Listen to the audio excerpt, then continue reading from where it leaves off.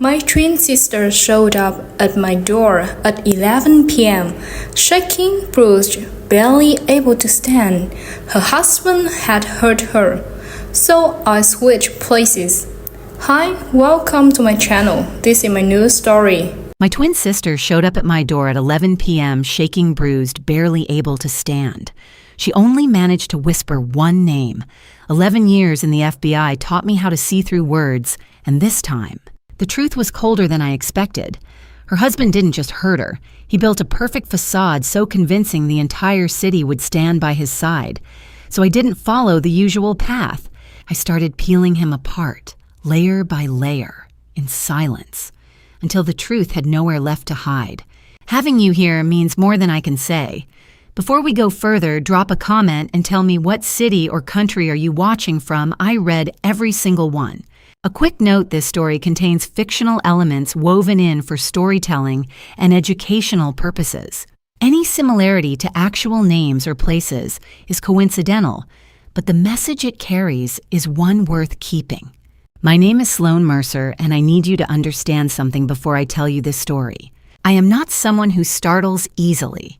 11 years as a special agent with the FBI's Violent Crimes Unit out of the Savannah field office will do that to a person. I have sat across interrogation tables from men who made their living hurting other people. I have walked crime scenes in the dead of night, read case files that would keep most people from sleeping for a week, and learned the hard way, the only way that really sticks, how to read danger before it announces itself. How to feel the shift in the air before something breaks. So, when I tell you that the knock on my front door at 11 o'clock on a Friday night in July stopped me cold, I need you to understand what that means.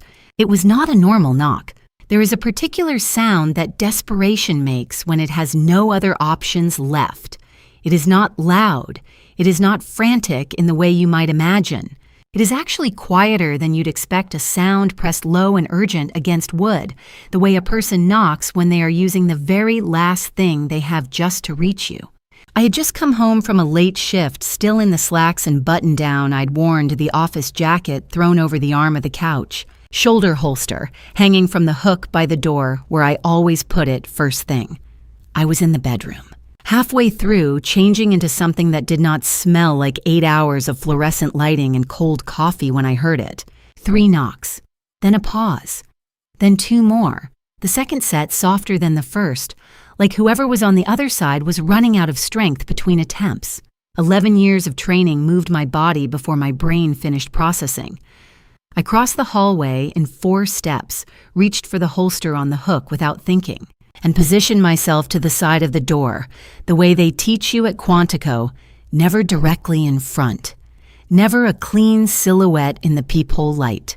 I looked through, and I stood there for a moment that felt much longer than it actually was, because the person on my porch was the last person I expected, and at the same time, in some quiet, awful corner of my chest that I had been refusing to listen to for months, the person I was most afraid I might find there one day. My sister, my twin, Elise. I opened the door and I had exactly 3 seconds of just looking at her before she said my name. 1 syllable, barely a whisper, and then her knees buckled. I caught her before she hit the porch boards. I had my arms around her and her weight against my chest, and I was already moving us inside before I consciously decided to do any of it. That is what 11 years of field work trains into your muscles, the ability to act while the rest of you is still trying to catch up to what your eyes are seeing. What my eyes were seeing was this. Elise was wearing the yellow floral dress she had on at her birthday dinner last June, the one I had told her looked beautiful on her, the one she had laughed and waved off because she always waved off a compliment. It was wrinkled now, a dark smear across the left shoulder that I did not let myself name yet, and she was shaking in a way that had nothing to do with the temperature outside. Savannah in July does not get cold. The air at 11 at night is still thick and warm, and clothes the kind of heat that sits on your skin. But Elise was shaking like she had been standing in it for hours, like something had been stripped away from her that had nothing to do with weather. I got her to the couch. I went for the first aid kit I keep in the hall closet, the one stocked the way a field agent stocks things. Not the way a normal person does. and I came back and knelt in front of her and made myself look at her face in the lamplight. Her bottom lip was split at the left corner, dried blood crusted at the edge. Her right cheek was swollen and beginning to darken, the bruise still fresh and red-purple, the kind that would deepen overnight into something worse before it started to fade. Her hands folded together in her lap had not stopped trembling. I opened the kit. I took out gauze and antiseptic, and I started working slowly, carefully, the same way I would treat a teammate in the field, focused, methodical, not letting my hands betray what was happening in the rest of me. And then I moved to clean the side of her jaw, and the lamplight caught the edge of her makeup. And underneath it, just at the line where her foundation ended near her chin, I saw the color that changed everything. Yellow-green. Faded at the edges. The particular shade that a deep bruise turns when it is 5, 6, 7 days old. Hidden under a careful, practiced layer of coverage that someone had applied with the specific intention of making sure no one would see it. This was not the first time. I set the gauze down on the coffee table. I looked at my sister. I felt something move through my chest that was not panic and was not grief, though it contained pieces of both.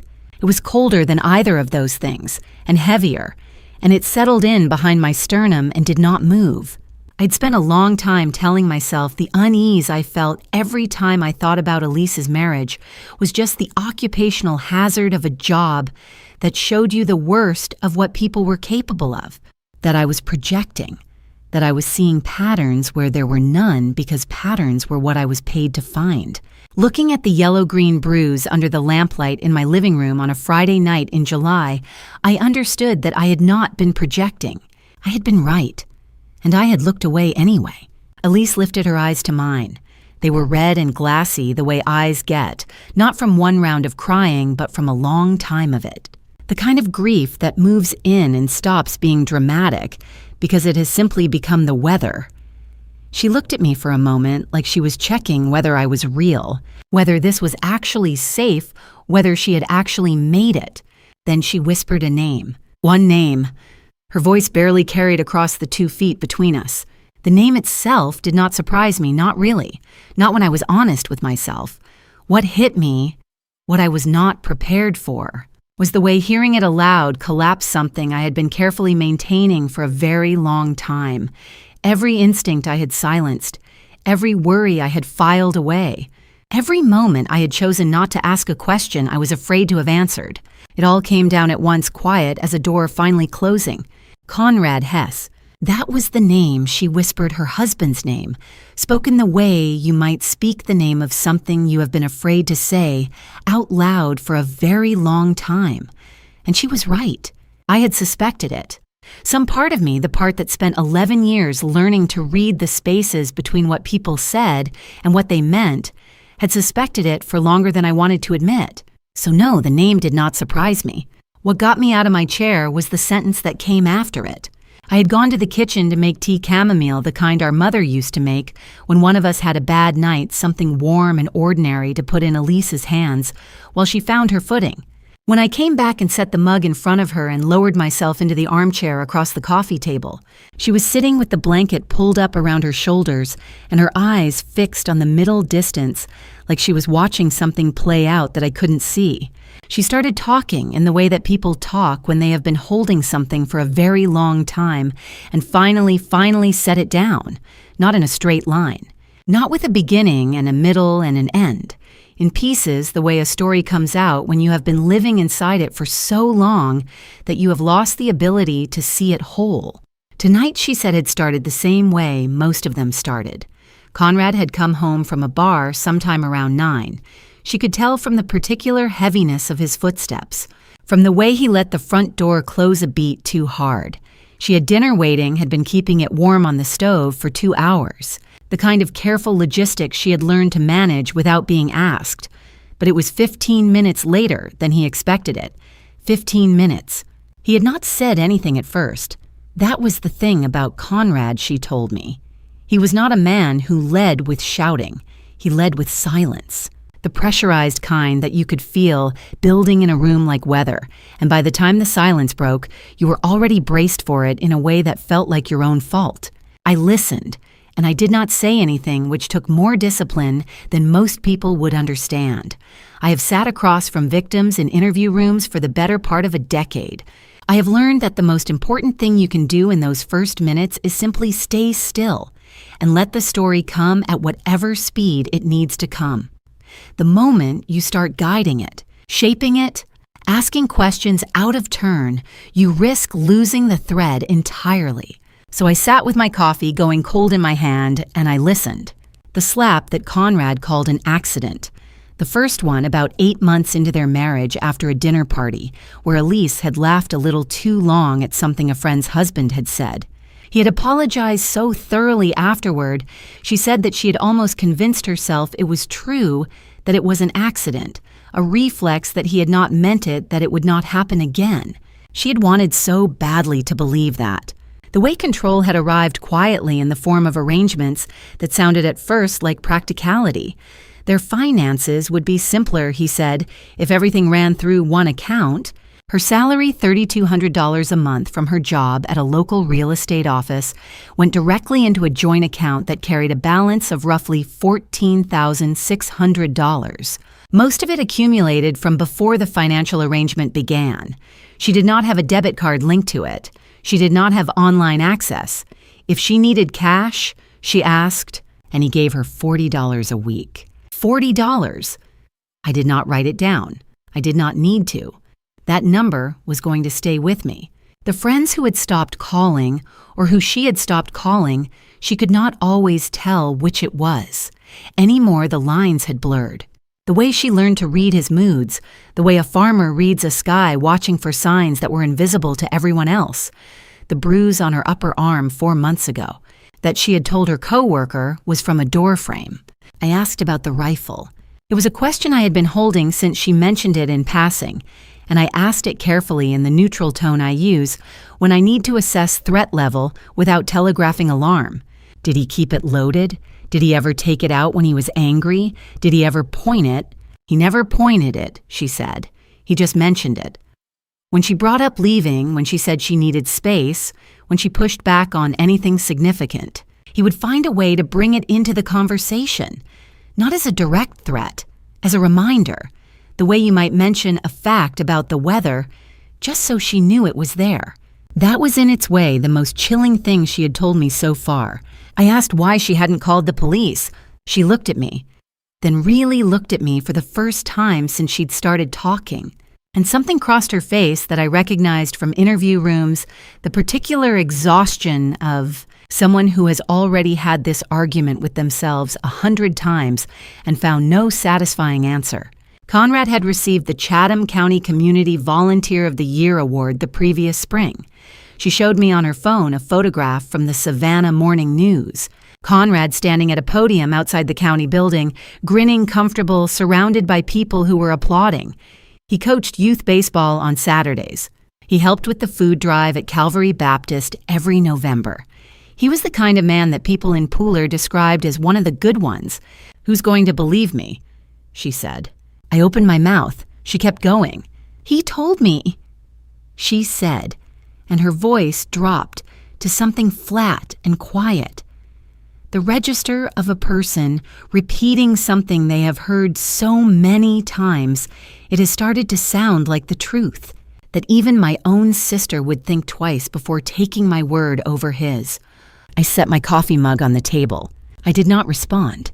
Not because I had nothing to say, I had 11 years of things to say, but because there are moments when saying nothing is the only honest answer to something that should never have been said at all. She fell asleep a little before 2 a.m, the mug still loosely in her hands, her head tipped toward the back of the couch. I took the mug from her carefully and pulled the blanket up to her shoulders and sat back down in the armchair. Outside, Savannah was quiet. The neighborhood, the street, the particular stillness of a city that goes to sleep easy. In here, nothing felt quiet at all.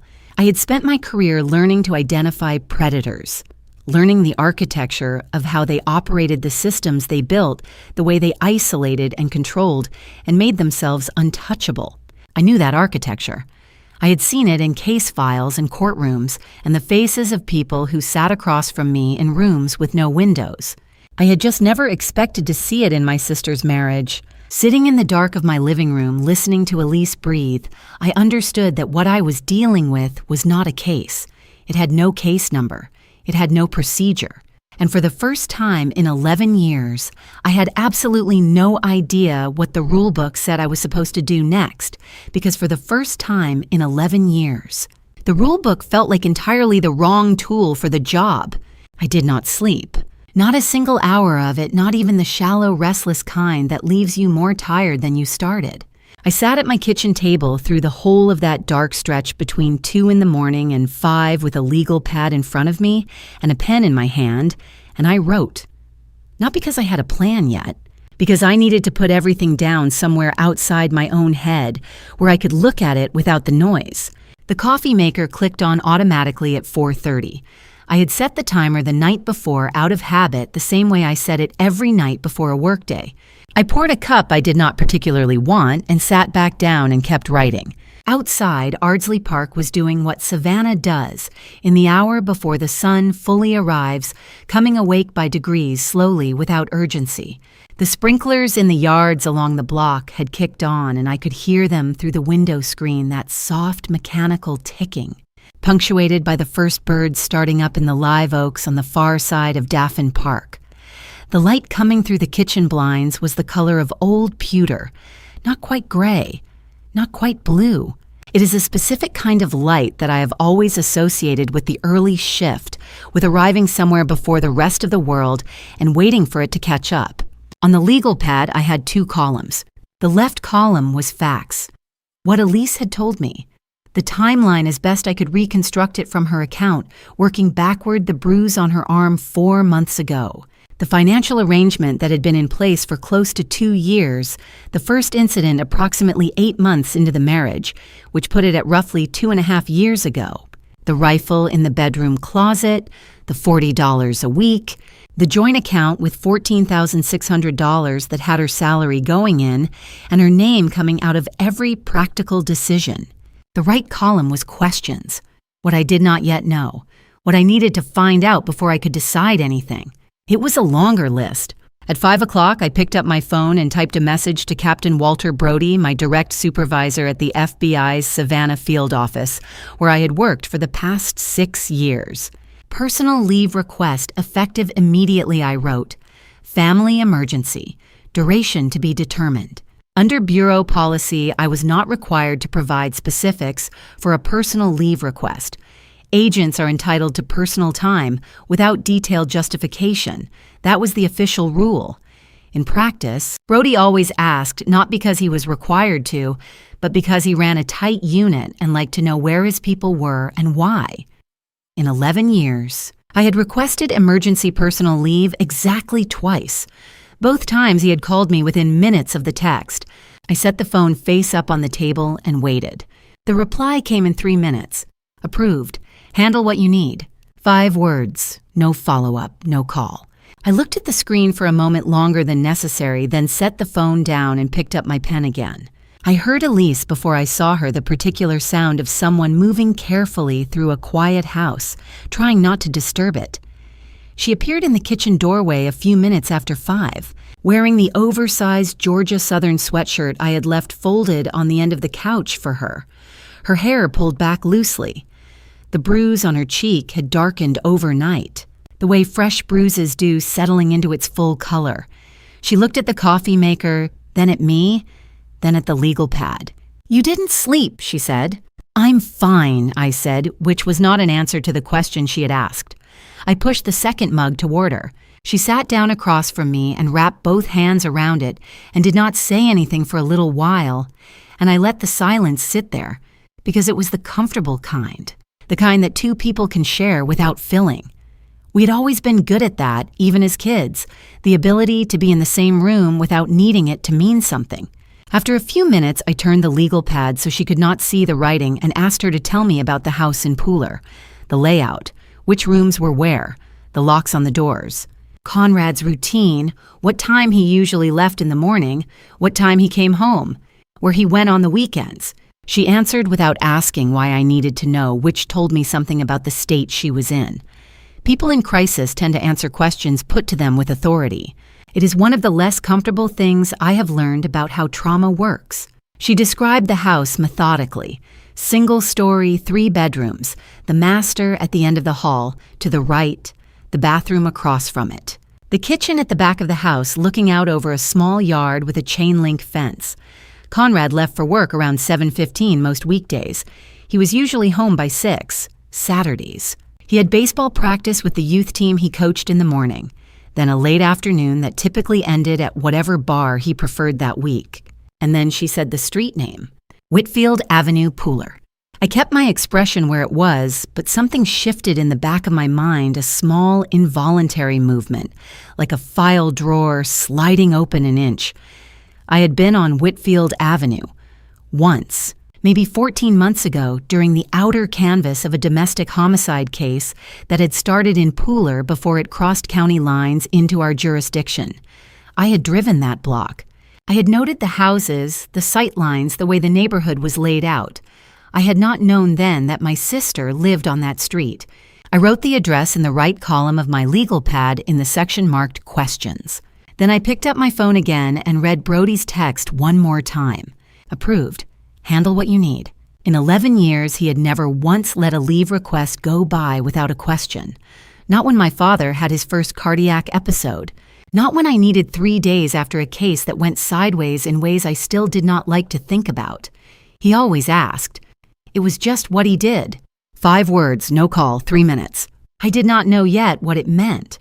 I only knew that it sat in the back of my mind the way an unanswered question sits, not loudly, not urgently, but with the particular persistence of something that has decided it is not going anywhere until you deal with it. I turned the legal pad back toward me and drew a small question mark next to Brody's name in the right column.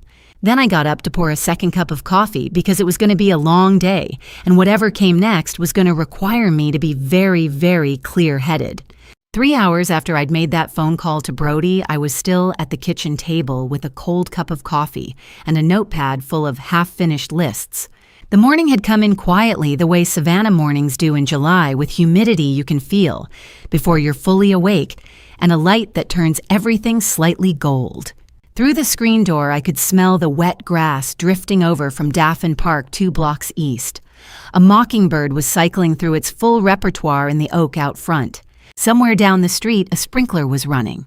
That was when I heard the footsteps, slow, deliberate. The footsteps of someone who had rehearsed this walk many times before finally taking it. I was at the door before he reached the porch steps. Earl Pickett, 71 years old, widower, the man who had tended roses across Abercorn Street for as long as I could remember. He was dressed more carefully than usual collared shirt, pressed khakis leather shoes instead of his worn walking sandals.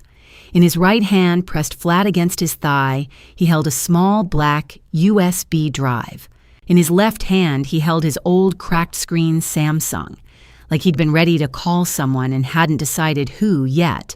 Sloan, he said, just my name. Earl, I held the door open. Come in out of the heat. He shook his head, once not refusing, just not ready.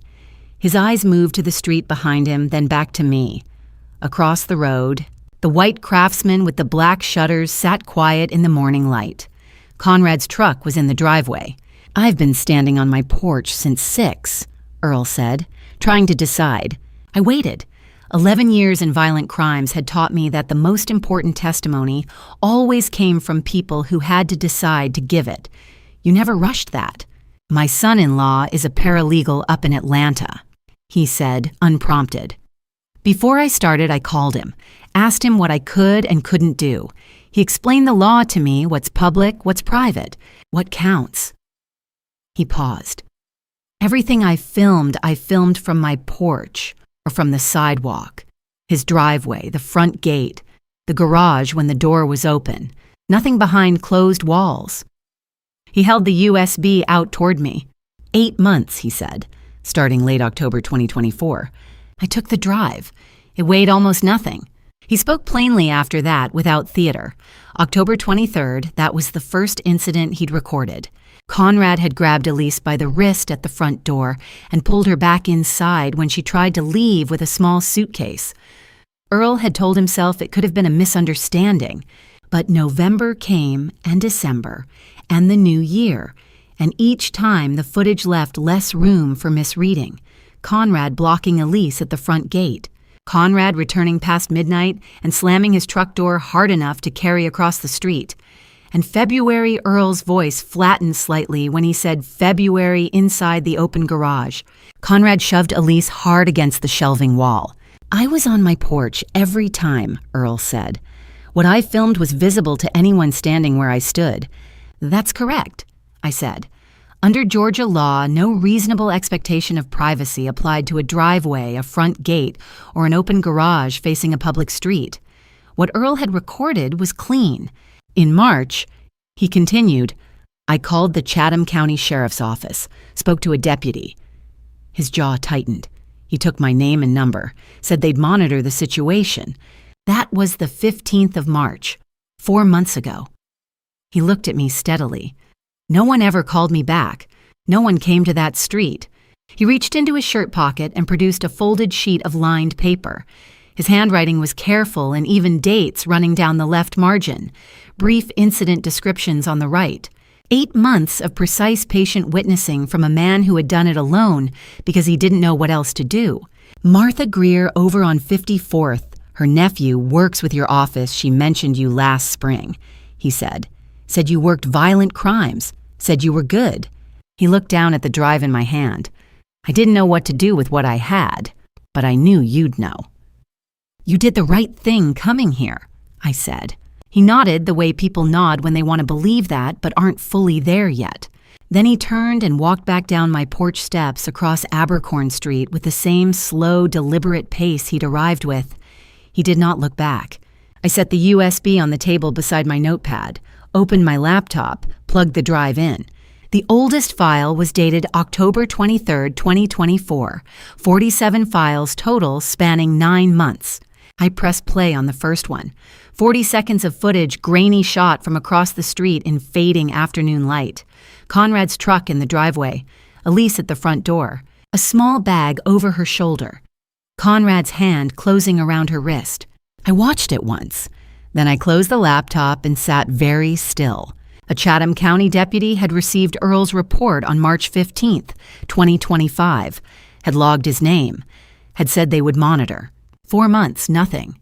I knew what neglect looked like: overworked departments, thin staffing calls that fell through the cracks. I had filed enough cases against that kind of system to recognize it. But this didn't feel like a crack. A specific man had called with specific footage describing specific incidents at a specific address. A deputy had taken that information down. And for 4 months during which Elise was still in that house, still inside that situation, not one follow-up had occurred. That wasn't a crack, that was a decision. I didn't know yet whose decision it was. But that question, quiet and cold, was now sitting at the top of my list. With the USB in my hand and the question about that March phone call still unanswered, I sat down at my desk and started where I always started learning who I was dealing with. The third cup of coffee had gone cold at my elbow without my noticing. Through the window, the Georgia morning was losing its gentleness. The early gold light had given way to the flat, relentless brightness of a July midday pushing in ahead of schedule. Somewhere inside the house, I could hear the shower running. Elise was up. I opened a new browser window and typed 2 words: Conrad Hess. The results loaded in under a second. I leaned forward. The first page was clean, not the scrubbed, suspicious kind of clean that meant someone had worked to bury things, but the organically clean result of a man who had simply never done anything publicly wrong. Local news mentions, a church directory listing, a community board announcement, a Chatham County volunteer initiative page. I clicked through them one by one the way I used to work a case file, methodically, without assumption, letting the picture assemble itself. The Savannah Morning News Archive took me 3 minutes to locate. The article was dated 14 months earlier, May 2024. Pooler man receives Chatham County Community Volunteer of the Year Award. The photograph took up the top third of the page. Conrad Hess stood at a podium in what appeared to be the fellowship hall of Calvary Baptist Church, shaking hands with the senior pastor. He was smiling the wide, comfortable smile of a man completely at ease with being seen. He was taller than I'd imagined from Elise's descriptions, well-dressed, the kind of handsome that photographs well and reads as trustworthy from 20 feet away. The article beneath the photo ran nearly 800 words. It described Conrad as a 5-year volunteer coordinator for the church's outreach program. A Saturday youth baseball coach at Daffin Park, I stopped at that line and read it again, and a regular donor to the Chatham County Food Pantry. The pastor was quoted directly, "Conrad Hess is the kind of man this community is built on. Reliable, generous, always the first to show up and the last to leave." I read the whole article twice. Then I pulled up his Facebook profile. It was set to public, not an oversight I understood now, but a choice. Every post was calibrated. Family photos with Elise, both of them smiling at a backyard cookout. A video of Conrad handing boxes to a food drive organizer tagged by the church's official account. Comments from neighbors, "Such a good man. Conrad always goes the extra mile. Chatham County is lucky to have people like him." 40-50 comments on some posts, all of them variations of the same sentiment. I scrolled without expression.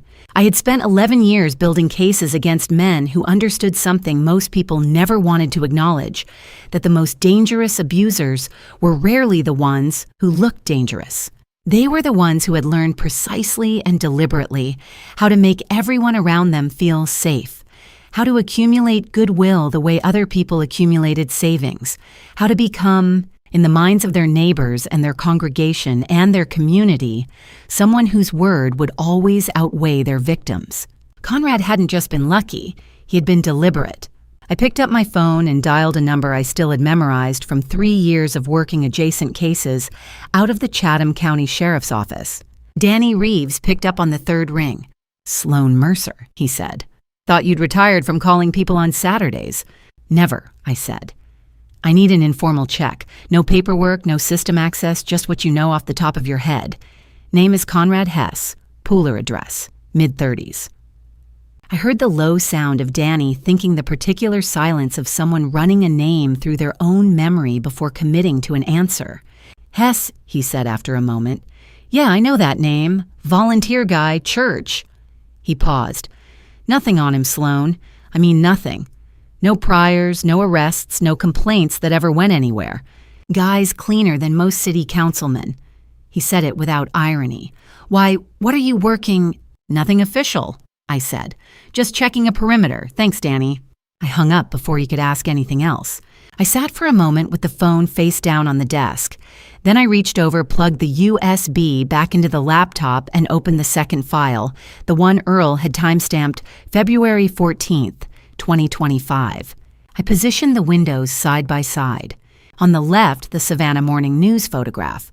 Conrad at the Calvary Baptist podium, hand extended, smile wide, the pastor beaming beside him.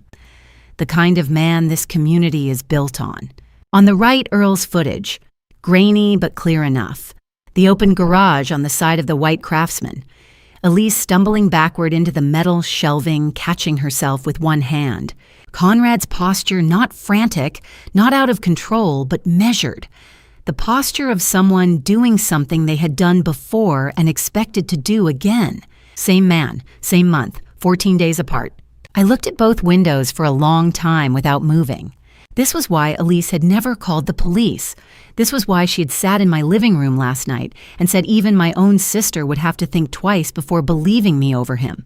Because Conrad had not simply hurt her, he had spent years constructing a version of himself that the entire community had accepted as true. He had made himself into a fact, and facts, in a town like this, were hard to argue with. The wall around Conrad Hess was not just his reputation. It was every photograph, every volunteer hour, every church handshake, every neighbor who would stand up in a room and say that man is not capable of this. I had seen walls like this before. I knew how they were built.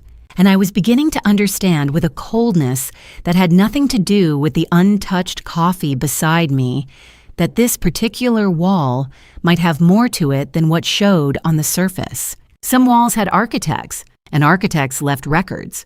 When Elise stepped out of the bathroom, hair still damp, wearing a clean shirt I'd left folded outside the door, I closed the laptop without a word and said the only thing I could think of that had nothing to do with case files or USB drives or the question I'd been sitting with all morning.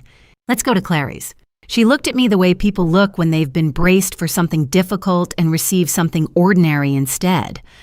A small recalibration happened behind her eyes. Clary's, she repeated. We used to go every Saturday before your 9 o'clock class. You always ordered the same thing. Something in her face shifted, not a smile, not quite, but the beginning of the muscle memory of one. French toast with the powdered sugar. They still make it. Clary's Cafe occupied the same corner on Jones Street that it had occupied since 1903, and it looked exactly like a place that had never needed to update itself to survive worn wooden chairs. Exposed brick walls, the color of old rust-ceiling fans turning slowly overhead, the smell of dark coffee and toasted bread so deep in the walls it had become structural. We took the corner table near the window, half hidden from the main floor with a clear view to the street. I sat with my back to the wall. 11 years of the same habit. Outside, the live oaks that lined Jones Street hung low with Spanish moss, and the Saturday morning foot traffic moved at the particular unhurried pace of a city that had made a virtue of its own slowness. Savannah in July. Even the heat moved differently here. Elise sat across from me and looked out the window. In the daylight, real daylight, not the dim, lamp-lit living room of last night, the bruising along her cheekbone was darker than I'd registered. The swelling under her right eye had settled into the deep purple green of something 3 or 4 days old, but her eyes themselves were different from last night. Last night, they had been the eyes of someone still mid-fall. This morning, there was something else in them, a fragile, tentative quality, like a person who had just been allowed to breathe after a very long time underwater and wasn't entirely sure the air was real. Her eyes still moved to the door every few minutes. She couldn't help it. Reflex. The coffee came, then her French toast with the powdered sugar and my eggs, and for a few minutes we ate without talking the way sisters can, when the silence between them is familiar enough to be comfortable. Then Elise set her fork down and looked at the table. She talked the way she'd talked last night, in pieces, not in sequence the way memory surfaces when it's been submerged too long.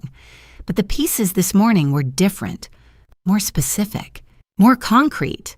The salary had been hers, $3,200 a month, from the dental office on Waters Avenue, where she'd worked for 3 years. She'd been proud of it. Conrad had suggested 6 months into the marriage that it made more sense for everything to go into a joint account. Simpler, he'd said, more efficient. She'd agreed. Within a year, he held both the login and the debit card, and the $40 a week he transferred to her personal account was presented not as an allowance, but as a practicality. She didn't need more than that for her daily expenses, he said, because he handled everything else. He kept a notebook, she said quietly, a physical notebook. He'd ask me at the end of the week what I'd spent the $40 on. If I couldn't account for all of it, he'd get very still and very quiet. She paused. The quiet was worse than the yelling. I kept my face neutral and my hands around my coffee cup. There's over $14,000 in that account, she said. My money, 3 years of my salary sitting there, I can't even log in to see it. I nodded once. I already knew the number. Hearing her say it was different. She talked about Renee Folsom next, almost as an aside, the way you mention something you've stopped letting yourself think about too directly. They'd been inseparable since their first year at Georgia Southern. After the wedding, the distance had come in, slowly the way cold comes into a house, not all at once, but through the gaps. Elise had assumed Renee simply didn't like Conrad. She never said anything, she just stopped being as available. Elise looked down at her plate. I didn't push. I thought maybe it was me. I thought about what it took to gradually separate a woman from her closest friend without either of them fully registering it was happening. I thought about how much patience that required, how much calculation. The server, a woman in her 60s with silver hair pinned back and the efficient manner of someone who had worked this floor for decades, came to refill our cups. As she set Elise's down, her eyes moved briefly and voluntarily to the bruising on Elise's cheek. She didn't linger. She didn't say anything. She simply stepped back to her cart, and when she returned a minute later, she placed a blueberry muffin on a small plate between us. "On the house," she said, to both of us. Then she moved on. Elise looked at the muffin for a moment. Then she looked at me. There were no words for what had just happened, so neither of us used any. The worst part came after quietly between the last of the coffee and the moment I asked for the check. Elise looked down at her cup. "The worst part isn't the bruises, Sloane." Her voice was even, which was somehow harder to sit with than if it hadn't been. "The worst part is that there were mornings I woke up and I actually believed him when he said I was the problem." I looked out the window at the street, at the Spanish moss, at the ordinary Saturday people walking by in the ordinary Saturday light. I needed 3 seconds. I gave myself exactly 3 seconds. Then I looked back at her and said, "That's what he was trying to make you believe. That was the plan." She nodded slowly as if she'd known that somewhere and had just needed to hear it confirmed out loud. On the drive back up Abercorn Street, she was quiet for most of it. The live oaks passed in the windows like slow green curtains. Then, with Ardsley Park 2 blocks ahead, she turned and looked out through the glass at nothing in particular. "Do you think anyone can actually stop him?" she asked. "Or is he just too protected?" I didn't answer right away. I kept both hands on the wheel and my eyes on the road, but the word stayed in the car with me all the way home. Protected. I had been thinking about that same word since this morning, since Earl Pickett had told me a deputy had logged his call and no one had ever followed up. I was thinking about it now with more weight behind it than before, because protection required a source, and sources in my experience did not stay hidden forever. I just needed to know where to look. Elise's question hadn't left me on the drive home, and it hadn't left me through lunch, and by the time I heard her breathing slow into sleep on the living room couch, it was still sitting in the front of my mind with the particular weight of a question that already suspects its own answer. Or is he just too protected? I sat down at the desk. Outside, the sky had changed completely since morning. The flat white haze of midday had thickened into the bruised green-gray that precedes a Georgia summer storm. The first drops hit the window while I was still opening tabs. By the time I had the Georgia Open Records Act portal loaded, the rain was coming down in full sheets, and the thunder was rolling in from somewhere over the Savannah River low and unhurried the way serious things tend to arrive. I had one question. One specific, procedurally clean, legally unimpeachable question. Who had closed Earl Pickett's report? The Georgia Open Records Act gave any Georgia resident, not just law enforcement, the right to request public incident reports from county agencies. I had filed dozens of FOIA requests over the years on behalf of victims who couldn't access their own case documentation. I filed this one in 4 minutes through the Chatham County Sheriff's Office Public Records Portal for any incident report associated with the residential address on Whitfield Avenue in Pooler, filed between March 1st and March 31st, 2025. The automated confirmation came back in 8 minutes, request received. Standard processing time, 3 to 5 business days. Expedited processing available for documented urgency. I clicked expedited. The additional field asked for justification. I typed potential ongoing domestic violence situation, victim currently in protective shelter. Both statements were true. Then I went back to the Gulf. It had started as a thread I'd pulled almost by accident searching W. Brody and Conrad Hess together in a single query, expecting nothing. The kind of search you run to eliminate a possibility rather than confirm one. The Savannah Area Charity Golf Classic had its own website updated annually, with full photo galleries going back to 2019. The tournament was hosted each autumn at the Savannah Golf Club on Holmes Drive. I knew the course had driven past it 100 times. The event raised money for the Savannah Children's Hospital. It photographed well. I found them in the 2022 gallery first. 2 men in polo shirts on the 4th hole, mid-laugh one, holding a driver, and one holding what appeared to be a bourbon. Conrad Hess on the left, recognizable from the newspaper photo, the same wide, comfortable smile. The man on the right was taller, gray-haired, wearing a polo with the FBI Savannah field office emblem embroidered on the chest. The caption beneath read, Walter Brody and Conrad Hess presenting sponsors Hole 4. Presenting sponsors, not just attendees, not just acquaintances who happened to land at the same hole. Presenting sponsors, which meant they had jointly funded a portion of the event, which meant they had coordinated on it, which meant there was a financial and organizational relationship between them that predated whatever was on that incident report. I found them again in 2023. Same tournament, different hole. Same body language, the easy. Unrehearsed closeness of men who had been in each other's company often enough that the camera didn't make them self-conscious. And again in 2024. 3 consecutive years. The same 2 men. The same golf club. One of them was my captain. The other one was beating my sister. The expedited FOIA response arrived at 3:47 p.m. faster than I'd expected, which meant someone on a Saturday shift had actually processed it rather than queuing it for Monday. I opened the attachment.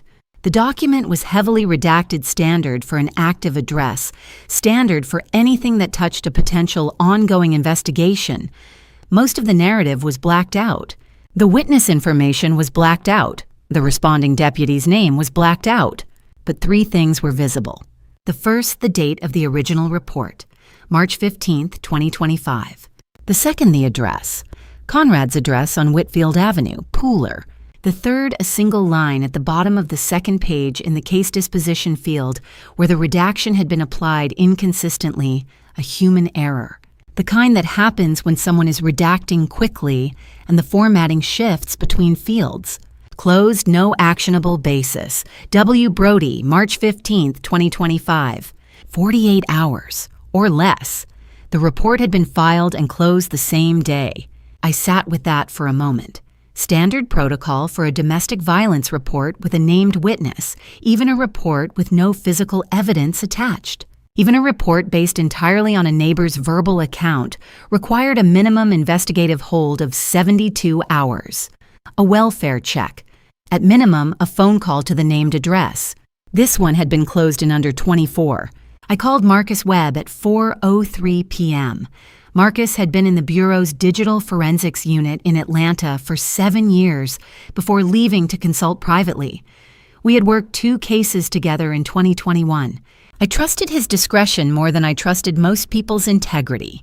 I need a personal favor, I said when he picked up. Not official, I need you to look at the metadata on a FOIA document and tell me what you see. You buying dinner if this goes anywhere, he asked. I'm buying dinner either way. I sent him the file. 12 minutes later, he called back.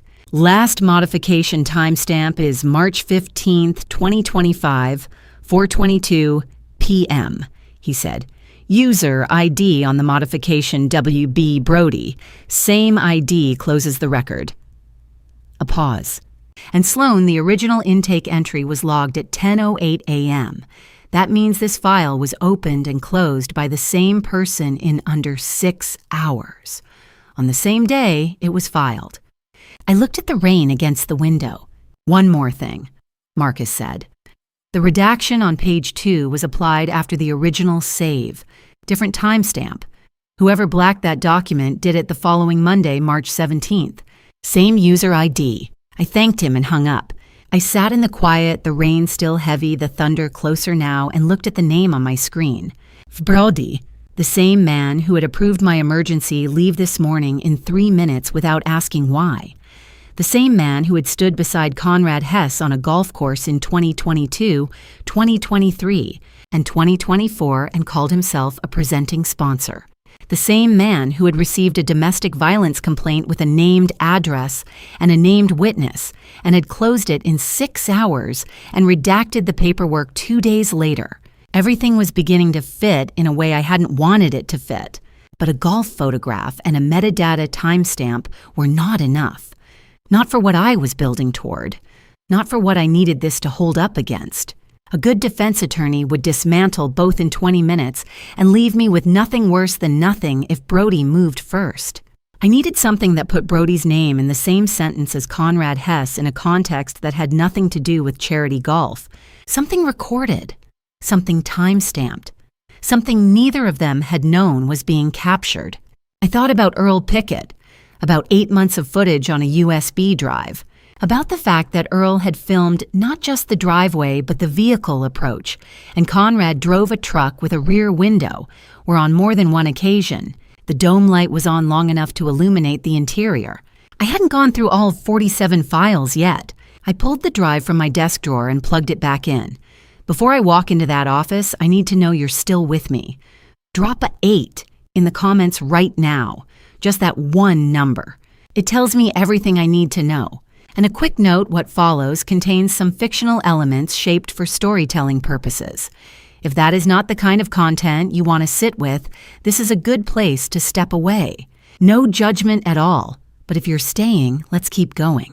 The rain had stopped somewhere around 4 in the afternoon, leaving the streets outside with that particular washed clean smell that Savannah summers produced after a hard storm wet oak bark. Soaked Spanish moss pavement still warm enough to send thin threads of steam into the cooling air. I had been sitting at my desk for nearly 2 hours when I found it, and when I did, I sat very still for a long moment before I allowed myself to process what I was looking at. File 31 of 47. Timestamp, May 14th, 2025, 8:47 p.m. Shot from Earl's front porch, the camera angled across Abercorn Street toward the white Craftsman with the black shutters. The first 26 minutes of the footage were familiar by now, the pattern I had seen across a dozen other files. Conrad's truck in the driveway, a light on inside, then the front door opening, and Elise appearing briefly in the frame before being pulled back inside by a hand at her shoulder. It was at the 27th minute that Conrad came back out alone.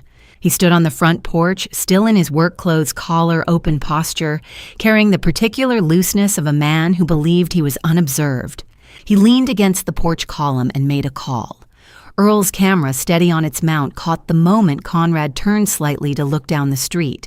And for 3 seconds long enough to matter, the phone screen caught the ambient light from the porch lamp and reflected back toward the camera at an angle that made the contact name legible. I paused the frame. I enlarged it. 2 letters and a surname, W. Brody. I closed the laptop. I sat with my hands flat on the desk and the late afternoon light coming through the window in the long, low angle that preceded evening in the summer months. The light was gold and unhurried and completely indifferent to what I was about to do. By 4:52 p.m., I was in the car. The FBI Savannah field office occupied a federal building on Bay Street 7 blocks from the riverfront, with the kind of deliberately unremarkable exterior that federal buildings tended toward beige concrete narrow windows, an American flag that moved slightly in the leftover breeze from the storm. I knew the building the way I knew my own kitchen. 11 years of Badgin's case reviews, briefings, the particular quality of fluorescent light in the 3rd floor conference room. I had always entered it as someone who belonged there without question. I badged in at 5:14 p.m. The Saturday skeleton crew barely looked up from the front desk. I took the elevator to the 4th floor, Brody's floor, and walked to the end of the corridor without stopping. His office light was on. Through the glass panel beside the door, I could see him at his desk reading something on his screen jacket still on despite the hour. Walter Brody at 62 looked the same. He had looked at 52, gray-haired, thick-shouldered. The kind of man who had grown into authority so gradually that it now appeared to be a physical characteristic rather than a professional one. I opened the door without knocking. He looked up. His expression registered my presence and then recalibrated. Not surprise exactly, but the particular adjustment of someone whose afternoon had just changed shape. "Mercer," he said, "you're on leave." "I am." I crossed to his desk and set the laptop down, angled toward him. "This will take 4 minutes." I opened 3 windows. the tournament gallery from the Savannah Area Charity Golf Classic. 2022, 2023, 2024, 3 photographs, 3 years, 2 men. The second, the redacted FOIA document, the disposition line visible at the bottom of page 2 closed. No actionable basis. W. Brody, March 15, 2025. The third, the paused frame from Earl's footage. The phone screen enlarged the name on the contact display. Brody looked at the screen. He didn't say anything for a long moment. He read the FOIA line. He looked at the golf photographs. He looked at the phone screen frame. Then he leaned back slowly in his chair, not the lean of a man who was about to argue, but the lean of a man who was calculating, measuring something, deciding on the next move rather than contesting the last one. "You pulled a FOIA on a county incident report," he said finally. "It's a public record. Any Georgia resident can request it. And the video. Given to me voluntarily by a private citizen, filmed from a public vantage point, legally obtained." He said nothing. I kept my voice level. It cost something to keep it level. "You closed that report in 6 hours, Walter. 6 hours. For a domestic violence call with a named witness and a specific address. I let that sit for exactly 1 beat. That's not an oversight. That's not a backlog issue. That's a choice." Brody's jaw moved slightly. When he spoke, his voice had dropped into a register. I recognized the administrative register, the one that came out when a conversation had become official, whether or not it was meant to be. "Conrad Hess is not your case, Mercer. He put my sister in the hospital. Stay out of this." He held my gaze without flinching. "That is an order." I reached across the desk and closed the laptop. I stood up, picked it up, and walked to the door. I had my hand on the frame when I stopped and turned back. Brody was watching me, not with anger, which would have been easier to read, with something more considered than anger. The expression of a man who understood exactly what was happening and was already beginning to plan for it. "I'm on personal leave," I said, "which means right now you don't have the authority to order me to do anything." I held his gaze for 1 more second. Then I walked out. The elevator doors closed behind me and I stood alone in the small mirrored box as it descended to the ground floor, looking at my own reflection in the dull steel panel. The woman looking back at me had been an FBI agent for 11 years, had built cases that held, had done everything by the procedure and the protocol and the letter of the law, because she believed that the letter of the law was what kept everything else from sliding into something she couldn't control. What I had just done, walking into my supervisor's office with unilaterally gathered evidence and delivering what amounted to a direct accusation, was not in any procedure manual I had ever read, but I had enough. The FOIA record, the metadata, the golf photographs, the phone screen frame, assembled together. They constituted a pattern sufficient for the Office of the Inspector General to open a formal inquiry, an inquiry that once opened could not be quietly closed by the subject of its own investigation. The question was sequencing. The OIG complaint could go in tonight, I could file it online before midnight, receive the automated acknowledgement, and the clock would start. But if I filed it before I dealt with Conrad directly, Brody might move first, might warn Conrad, might create enough noise in the system to complicate what I was trying to build for Elise. If I went to Conrad first, I had a window maybe 48 hours before Brody understood what I was actually doing. The elevator opened onto the lobby. I walked through the glass doors into the early evening air, which was still damp from the storm, and smelled of the river 2 blocks away. I had 2 moves. I needed to decide which one came first.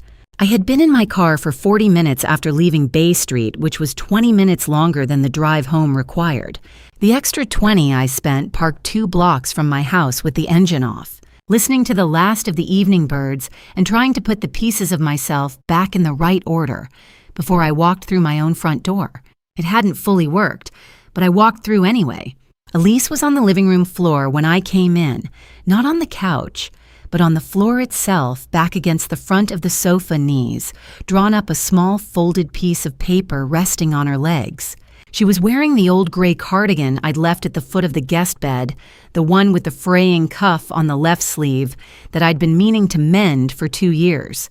Her hair was still slightly damp at the ends. She looked up when I stepped in from the hall, and the expression on her face stopped me where I stood.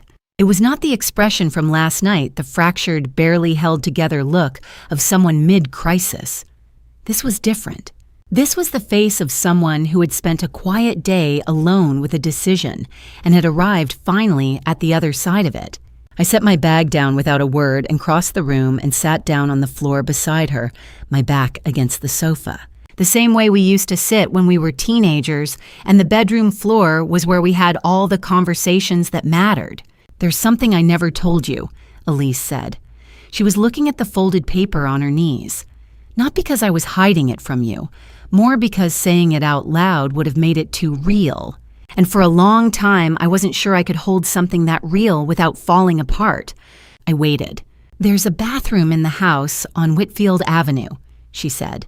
"The small one off the hallway, not the master bath. Conrad never uses it." She paused. "Under the rubber bath mat. In the back left corner, there's a loose edge in the vinyl flooring. I found it by accident 2 years ago." She reached into the front pocket of the cardigan and placed something on the floor between us.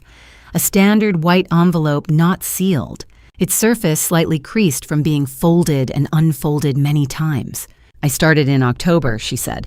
"The grocery allowance was $40 a week in cash. If I walked to the store instead of driving, I could put $2 in gas savings aside. If I bought the store brand instead of name brand on 2 or 3 items, I could keep another 4 or 5. Some weeks there was a coupon." She said it matter-of-factly, the way someone describes a logistics problem they have been solving for a long time. Some weeks there was nothing extra at all. 8 months, $10 here, 12 there, tucked into the envelope tucked under the mat, tucked inside a corner of a house where she was watched and accounted for, and where $40 a week had to be justified line by line. "It took me 8 months to save $600, she said. $600 from my own grocery money, from a joint account that has $14,000 in it." She opened the envelope and spread the contents carefully on the floor between us. $600 in 10s and 20s folded into a small, tight stack. A photocopy of her birth certificate, a photocopy of her Social Security card, a slip of paper with a phone number written in her careful, small handwriting, labeled simply, "Safe Shelter Center, Savannah." And beneath all of that, a second slip of paper, the one she had been holding when I walked in, a name and address on Broughton Street, an attorney's office. "I made an appointment in April," she said. "A divorce consultation. I took the bus because Conrad tracks the mileage on my car. He checks the odometer when I get home." She folded her hands in her lap. "The office was on the 3rd floor. I remember sitting in the waiting room and thinking that I had actually done it, that I was actually there." She was quiet for a moment. "Then my phone rang. It was Conrad. He wasn't angry. He wasn't suspicious. He just asked in his completely normal voice where I was. He was thinking about dinner. And She stopped. "I told the receptionist I had a family emergency. I apologized to the attorney, and I left." The room was very quiet. Outside, the crickets had started up in the garden, the full summer chorus, indifferent and constant. The lamp in the corner put out its warm yellow light across the floor between us. "I was that close," Elise said. Her voice didn't break, which somehow made it harder to hear than if it had. "I had my hand on the door and I couldn't make myself go through it." I looked at what was spread on the floor between us. $600, a birth certificate, a Social Security card, a shelter number, a lawyer's address. I had spent 11 years in violent crimes learning to read situations quickly and clinically, what the evidence said, what the pattern indicated, what the profile suggested. I had looked at a lot of evidence in 11 years. I had drawn a lot of conclusions. What I had not done in 11 years was sit on my own living room floor and look at 8 months of someone else's quiet, solitary courage, laid out in 10s and 20s, and photocopied documents. I had called Elise a victim in my own mind without meaning any harm by it, because that was the accurate word, the clinical word, the word that indicated what had happened to her. And something about that word I understood now had been quietly wrong the entire time. She was not someone to whom things had only happened. She had been fighting back in the only way available to her, $10 at a time, under a bathroom mat for 8 months, entirely alone. I put my arm around her shoulders and she leaned into me. And for the first time since she had knocked on my door at 11 o'clock the night before, I stopped managing what I was feeling and simply felt it. The specific grief of finding out that someone you love has been carrying something this heavy alone for this long, while you were 11 minutes away on the other side of the same city. I didn't try to speak for a moment. When I did, I kept it simple, because the simple things were the only ones that were true enough. "You were never weak," I said. "You were just fighting alone." She nodded against my shoulder and didn't say anything. She didn't need to. And I knew, sitting there on the floor with the crickets outside and the warm lamp and the envelope of 10s and 20s between us, that whatever came next, she would not be walking through any door alone again.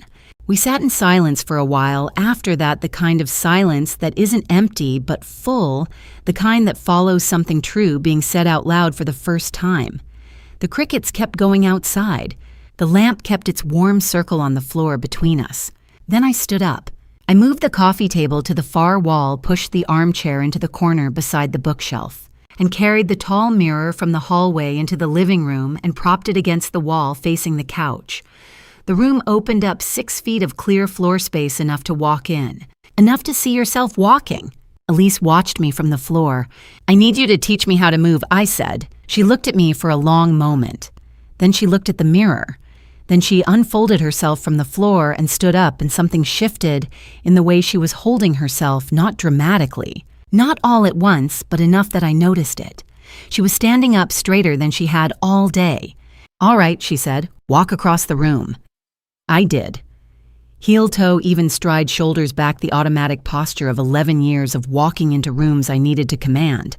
I made it 6 steps before Elise said quietly but without hesitation, "Too much." I stopped. "Your chin is up," she said. She would never hold her chin up like that, not in the house, not when he's home. She moved to stand beside me and looked at both our reflections in the mirror. "Watch." And then she showed me. It was not a dramatic demonstration. That was what made it so difficult to watch. She didn't exaggerate or perform. She simply walked, and what came out was the accumulated result of years of calibration. The physical vocabulary of a woman who had learned, over time and under pressure, to take up exactly as much space as would not draw comment. Shoulders carried slightly forward, not a slump, but a softening, the body's way of making itself smaller without appearing to try. Steps shorter than her natural stride. Weight distributed carefully, as if the floor itself might react to being disturbed. And her eyes in public, Elise's eyes, moved freely the way anyone's did. Walking across my living room in the pattern she had been practicing for years, her gaze settled into the middle distance, neither challenging nor entirely avoidant, the precise calibration of someone who had learned that direct eye contact during the wrong moment invited consequences.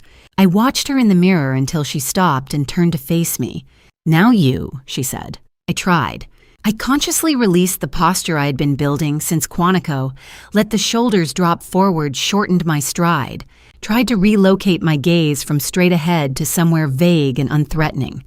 I made it 5 steps before Elise's voice came again. "Your jaw." I stopped. "You're setting your jaw. She doesn't do that." She paused. She stopped doing that a long time ago. We kept going.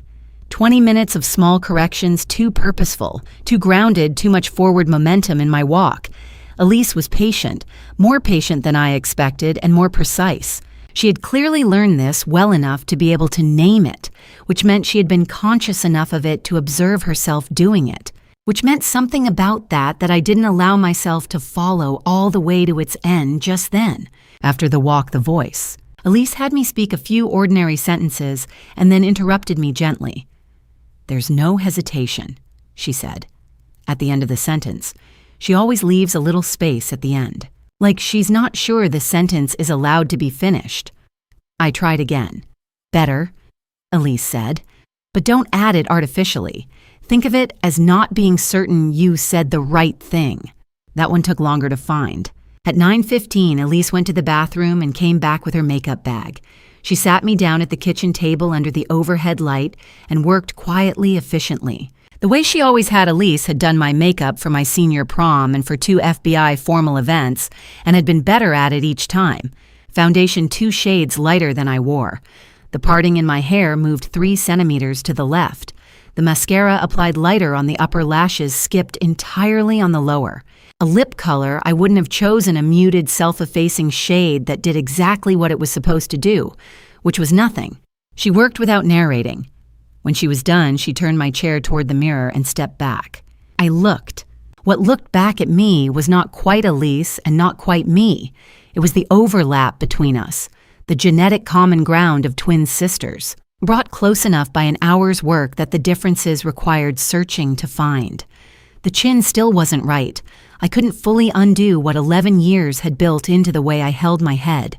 But the rest of it, the coloring, the hair, the eyes, was close enough that in a lit room in motion to a man who was not looking for the wrong sister it might hold. Elise stood behind me looking at our reflection together. Her eyes went red before mine did. She didn't cry, she just absorbed what she was seeing and what it cost her to see it. Showed in the redness at the edges. "That's me," she said, barely above a whisper. "That's exactly what I look like when I'm afraid."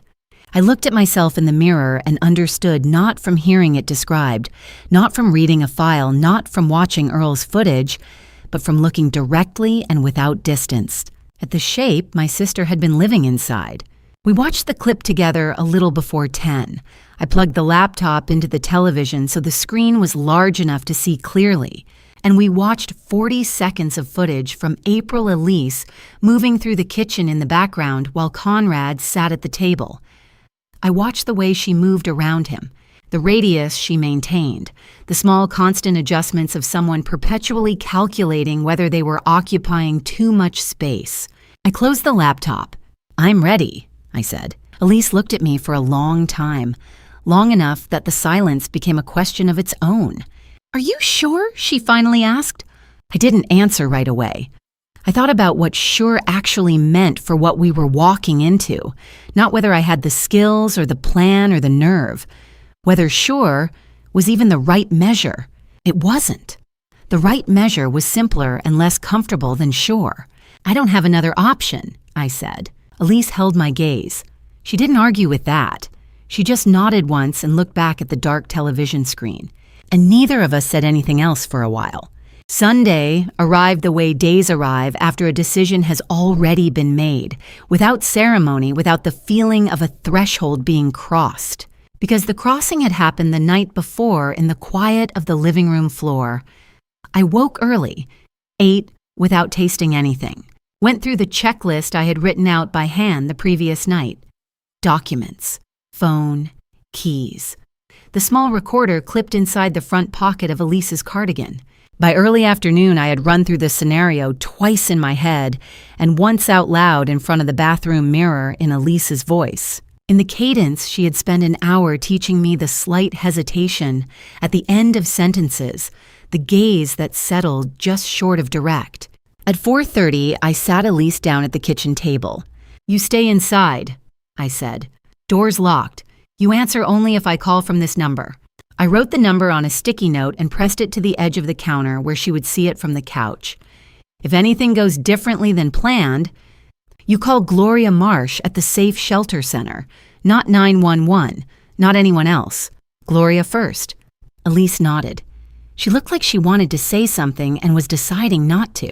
"Elise." "I know," she said. "I know Sloan." I took her car keys from the hook by the kitchen door. Whitfield Avenue in Pooler ran straight and wide through a neighborhood that had been built for families. Sidewalks, young trees planted at regular intervals. Mailboxes in matching styles as if the subdivision had strong opinions about visual consistency.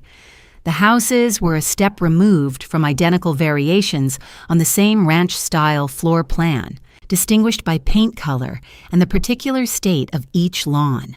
Conrad and Elise's house was pale gray blue, with white trim, a white wood fence around the front yard, the grass cut to an even height that required effort to maintain. A neighborhood that took care of itself. The kind of street where no one would believe anything was wrong because everything looked so deliberately right. I pulled Elise's car into the driveway at 5:08 p.m. and sat for a moment without moving windows, up engine-off hands in my lap. From across the street from the porch of the pale yellow house, with the wind chime on the left column, Earl Pickett watched. I saw him in my peripheral vision as I opened the car door. He was standing as he usually stood, hands at his sides, still the posture of a man accustomed to watching things from a fixed point. When I stepped out and turned toward the house, I did not quite move the way Elise moved. I caught it a half-second late, softened my stride, dropped my chin. But I knew he had already seen the difference in those first 2 steps. He didn't call out. He didn't gesture. He simply gave one small, deliberate nod, the nod of someone who understood what was happening and was choosing to let it proceed, and then looked away, down toward the end of the street, giving me his back in his silence. I walked to the front door and used Elise's key. The smell reached me before my eyes had time to adjust to the interior light, stale beer, and old cigarette smoke layered over something else. The particular sealed quality of a space that had not had its windows opened in weeks. Not the smell of a house, the smell of a place where air itself had been controlled. I stood in the entrance for exactly 15 seconds, which was what I had been trained to do at a new scene. Give your senses time to catalog before your brain starts organizing. Then I moved. The hallway first. The wall to the left of the coat closet had a hole single impact approximately the diameter of a closed fist, not recently made. The edges of the drywall had dried and slightly yellowed. It was at shoulder height for a man of Conrad's build. Below it, a scuff mark on the baseboard that was not a shoe mark. The living room. A framed photograph on the floor under the coffee table, a wedding photo. The glass cracked diagonally from corner to corner. Not fallen, slid. The angle of the crack suggested sideways impact rather than a drop. On the far side of the room, a floor lamp stood with its neck bent at an unnatural angle, the shade twisted 45 degrees from its frame. Someone had straightened the base back to vertical, but had not bothered or forgotten to straighten the neck. I moved through systematically the way I had worked 100 scenes before noting, not reacting, keeping the catalog and the feeling in separate columns, the way the job required. The kitchen was cleaner than the rest of the house. The dishes were done. The counter had been wiped. This was also data. The bedroom was at the end of the hall. I pushed the door open and stood in the frame for a moment. Conrad's side of the room was in the particular disorder of a man who lived alone, in his own space clothes, on the chair nightstand, cluttered the bed made only on one half. Elise's side was different. Her nightstand was clear except for a water glass and a small devotional book.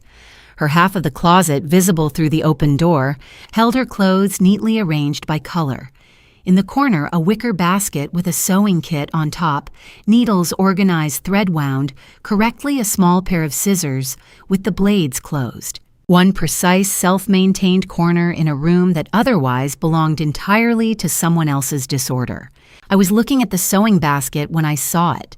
On the floor, half under the edge of the bed frame on Elise's side, a thin gold chain broken at the clasp, coiled loosely on the hardwood. I crouched down and picked it up. It was lighter than I expected because I knew what it was before I fully registered knowing. A simple chain with a small oval locket, old gold that had gone slightly warm in color with age. Our grandmother had given it to Elise the summer before she passed.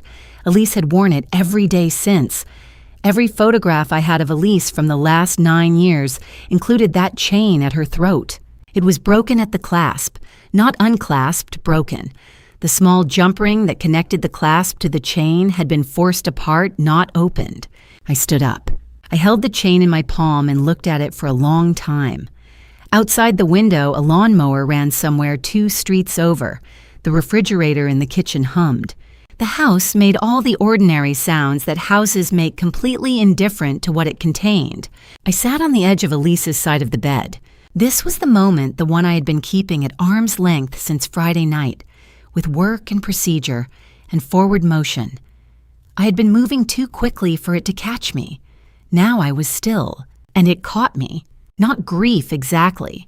Something that had grief in it and anger in it, and something beneath both of those that was colder and quieter and more deliberate. The thing that forms in the space where feeling and decision meet. I let it be there for 30 seconds. Then from the far end of Whitfield Avenue, I heard it, the particular low frequency of a diesel engine. A sound Elise had described to me at Clary's as one she had learned to recognize from 2 blocks away. A pickup truck turning onto the street, getting closer. I set the chain on Elise's pillow. I stood up. I crossed to the dresser mirror, looked at myself once the lighter foundation, the 3-centimeter shift in the parting. The careful erasure of everything that said FBI and the careful construction of everything that said afraid, and I held my own gaze until the afraid was nowhere in my eyes. The engine sound grew and slowed. The truck pulled into the driveway. The woman looking back at me in the dresser mirror was Elise, shoulders carried forward, gaze angled slightly down, hands loose at her sides. I had held that reflection for 3 full seconds before the sound came. A key in the front lock, one distinctive click, then a pause exactly as Elise had described it, that 1-second hesitation before the door opened. The habit of a man who paused on his own threshold for reasons he probably couldn't have named. Then the door swung in. I sat on the edge of the bed and did not move. Elise, not a question. A check the way you confirm a possession is where you left it.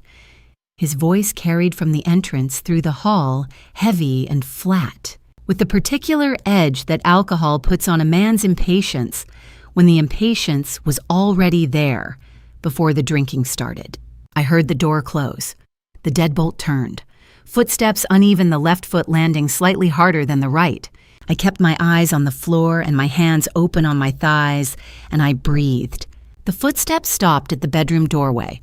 I looked up, not sharply, not directly. The way Elise had shown me a glance that acknowledged his presence without challenging it. Conrad Hess filled the frame. He was taller than Earl's footage had suggested, 6'2" broad through the shoulders, wearing a work shirt with the sleeves rolled to the elbows and jeans with a crease of dried mud along the left cuff. His face was flushed.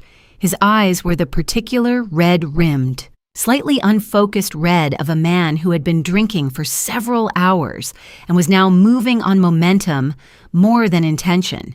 He smelled of whiskey, and something underneath it, a sour, stale layer that lived in the clothes rather than the breath. He looked at me. I looked at the floor. "Where were you last night?" he said. I let a beat pass before I answered. Elise had taught me that too, the pause before the response, the implicit apology embedded in the delay. "I was at my sister's," I said quietly. The hesitation at the end, just enough to make the sentence feel unfinished, uncertain of its own right to exist. He made a sound that wasn't quite a word. "There was no dinner when I got home," he said. "I came home at 10 and there was nothing." "I'm sorry," I said. I kept my voice small. "I didn't know what time you'd be back." He stepped into the room. I watched his feet cross the floor toward me without lifting my gaze above his midsection. I could hear his breathing slower than it should have been, the heavy, deliberate inhalation of someone working to maintain a steadiness that wasn't entirely natural. He stopped 2 feet from where I sat. "Look at me," he said. I looked up. I met his eyes with the expression Elise's mirror had given me, the eyes of someone who has spent years learning to make themselves smaller in another person's field of vision. He studied my face. Whatever he was looking for, he didn't immediately find it. His eyes moved across my features with a focus that was slightly too sharp for a man as drunk as he appeared. The alcohol had blunted his body, but not entirely his instincts. Then his hand came down and closed around my forearm. Not violent. Not yet. Just grip fingers rapping with the automatic proprietary pressure of a man who had learned that physical contact was a way of confirming what was his. I felt the force of it register up into my shoulder. 11 years of training told my body to respond in 4 different ways simultaneously. I chose none of them. I sat still. I did not flinch. I did not pull away. I let the grip be there the way Elise had learned to let it be there by making the space inside myself very small and waiting.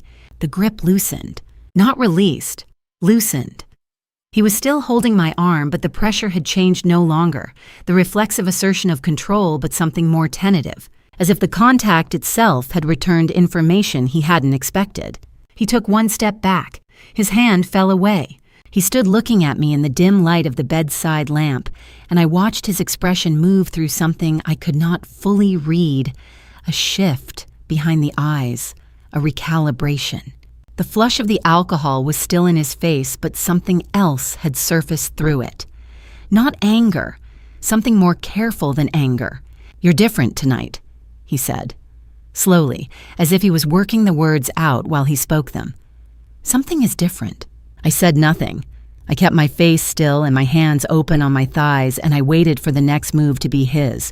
He tilted his head slightly the way a man does when he is looking at something familiar that has stopped being completely familiar. His eyes narrowed. "Who are you?" The words came out low, not loud, not aggressive, but carrying underneath them something more unsettling than aggression. Genuine uncertainty. The question of a man whose instincts had just told him that the thing he thought he recognized was no longer entirely what he thought it was. I had 3 seconds. 3 seconds before the hesitation either resolved into dismissal or sharpened into something I could not control. 3 seconds to decide which version of the answer would keep this from ending before it had finished. 3 seconds.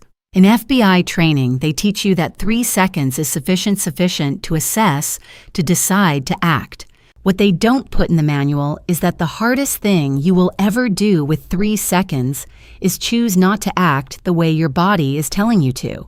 My body had 11 years of answers to a man standing too close in a dim room, and none of those answers involved staying still. I chose a different one. I straightened. Not dramatically. Not a sudden shift that announced itself. I let it happen from the ground up the way a structure resettles after pressure is removed. Shoulders back, chin level, eyes up and direct and entirely without apology. Conrad's expression changed before I had spoken a single word. "You want to know who I am," I said. My voice came out even and quiet. The register I used in interview rooms when I needed the person across the table to understand that the conversation had already been decided. "I'm someone who's been watching you longer than you realize." He moved fast for a man who had been drinking for hours. His hand came up and hit the wall beside the door frame open palm, a crack of sound that was meant to make me step back. I didn't step back. I watched the impact, cataloged it, and held my position. "You set me up," he said. The words came out thick with whiskey and something hotter underneath. "You broke into my house." "I used a key," I said. "The key that belongs to the woman who lives here, the woman you've been hitting for 2 years. He stepped toward me into the hallway, forcing me backward toward the front door. I let him move me, not because I had no other option, but because the front door was exactly where I needed to be. "Go ahead," I said when we were in the entrance and the front door was at my back. "Call the police. They'll come out here and find you threatening a woman on your own front porch while your neighbor films it from across the street." He stopped. His eyes went to the window beside the door. I reached past him, opened it, and stepped out onto the porch. Across Whitfield Avenue, under the amber wash of the street lamp, Earl Pickett stood on his porch with his phone raised. Conrad had gone very still beside me. He turned back toward the house, away from Earl, away from me. A turn I had been half expecting since he'd mentioned the bedroom. I knew the layout from Elise's description and from my own walkthrough that afternoon. I knew the closet in the master bedroom. I knew what was registered to that address in the Chatham County Public Records because I had looked it up the previous morning using nothing that required a badge. "The rifle in the bedroom closet," I said. My voice was lower now, flat and factual. "Serial number ending in 447. It's registered, which means if you touch it tonight, you're looking at a federal aggravated assault charge on top of everything else, and that particular combination has mandatory minimums that not even a good lawyer negotiates around easily." He stopped in the doorway. His hand was not on anything. He stood with his back to me, and I watched his shoulders and the set of his neck, which told me he was calculating, not surrendering, working through the options the way a person does when they still believe one of the options leads out. I waited. After 8 seconds, he turned back around. I took my phone from my pocket. 8 months, I said. Your neighbor, the one currently filming this conversation from across the street, started in October. Your driveway, your front gate, your open garage. All of it visible from a public vantage point. All of it legal. I turned the phone toward him and pressed play on the clip I had cued before I'd left Ardsley Park that morning. He watched himself. The footage from February, the open garage, the hard shove Elise catching the shelving with one hand. 10 seconds of video that contained more information than anything he could have said in his own defense. The color left his face the way color leaves a photograph left in the sun gradually and then all at once. And everything you've said tonight, I said, has been recorded.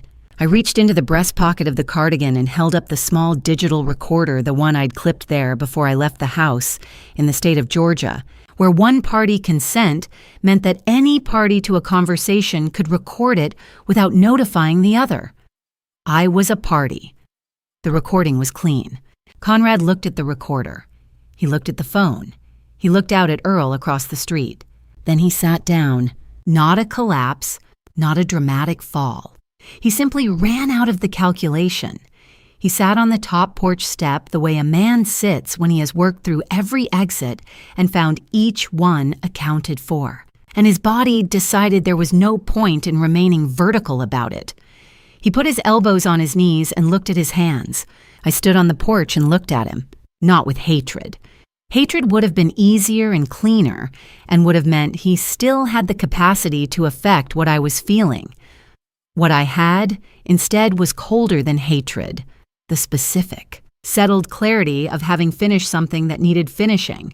Conrad Hess, for the first time in however long his particular version of control had been operating, was not managing anything.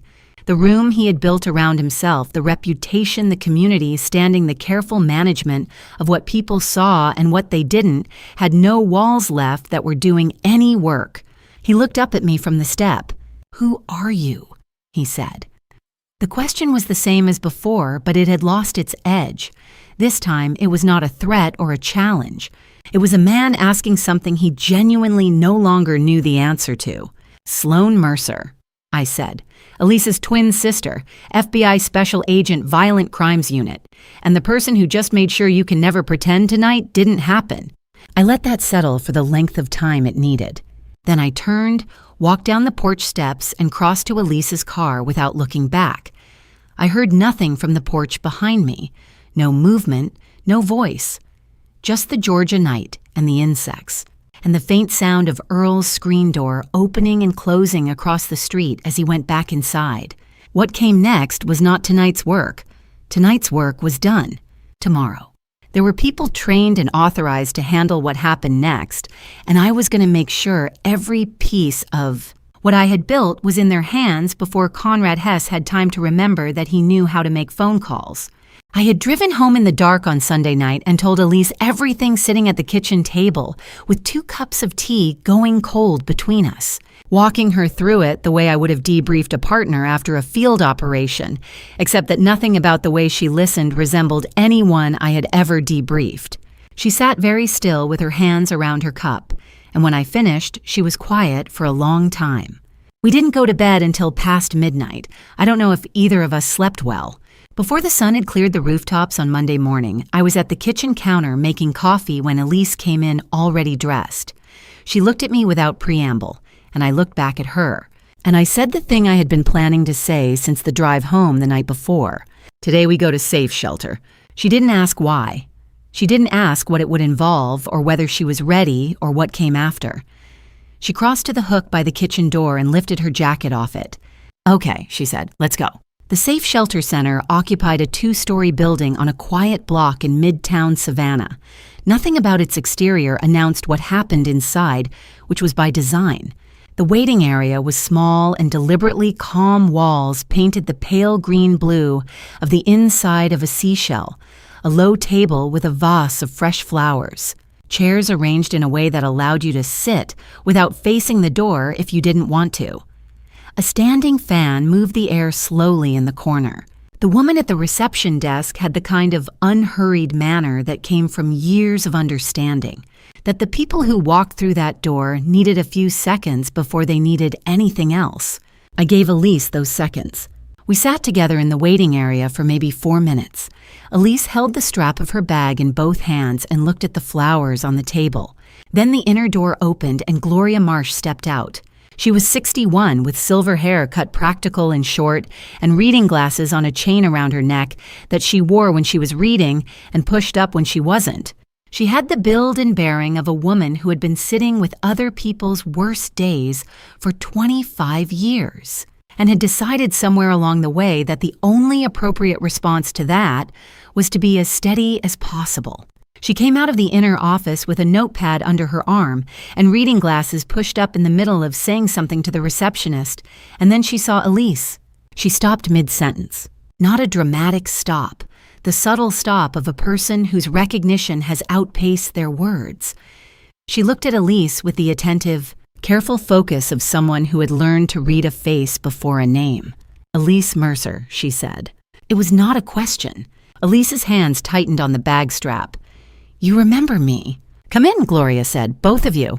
Her office was small in the way that felt intentional rather than insufficient. A desk, 3 chairs. A box of tissues on the corner of the desk that had been placed there with care rather than habit. A window that looked out on a narrow courtyard where a potted gardenia was doing well in the summer heat. Gloria sat across from us and opened a lower desk drawer and lifted out a manila folder. The label on the tab was handwritten Mercer E. February 14th, 2025.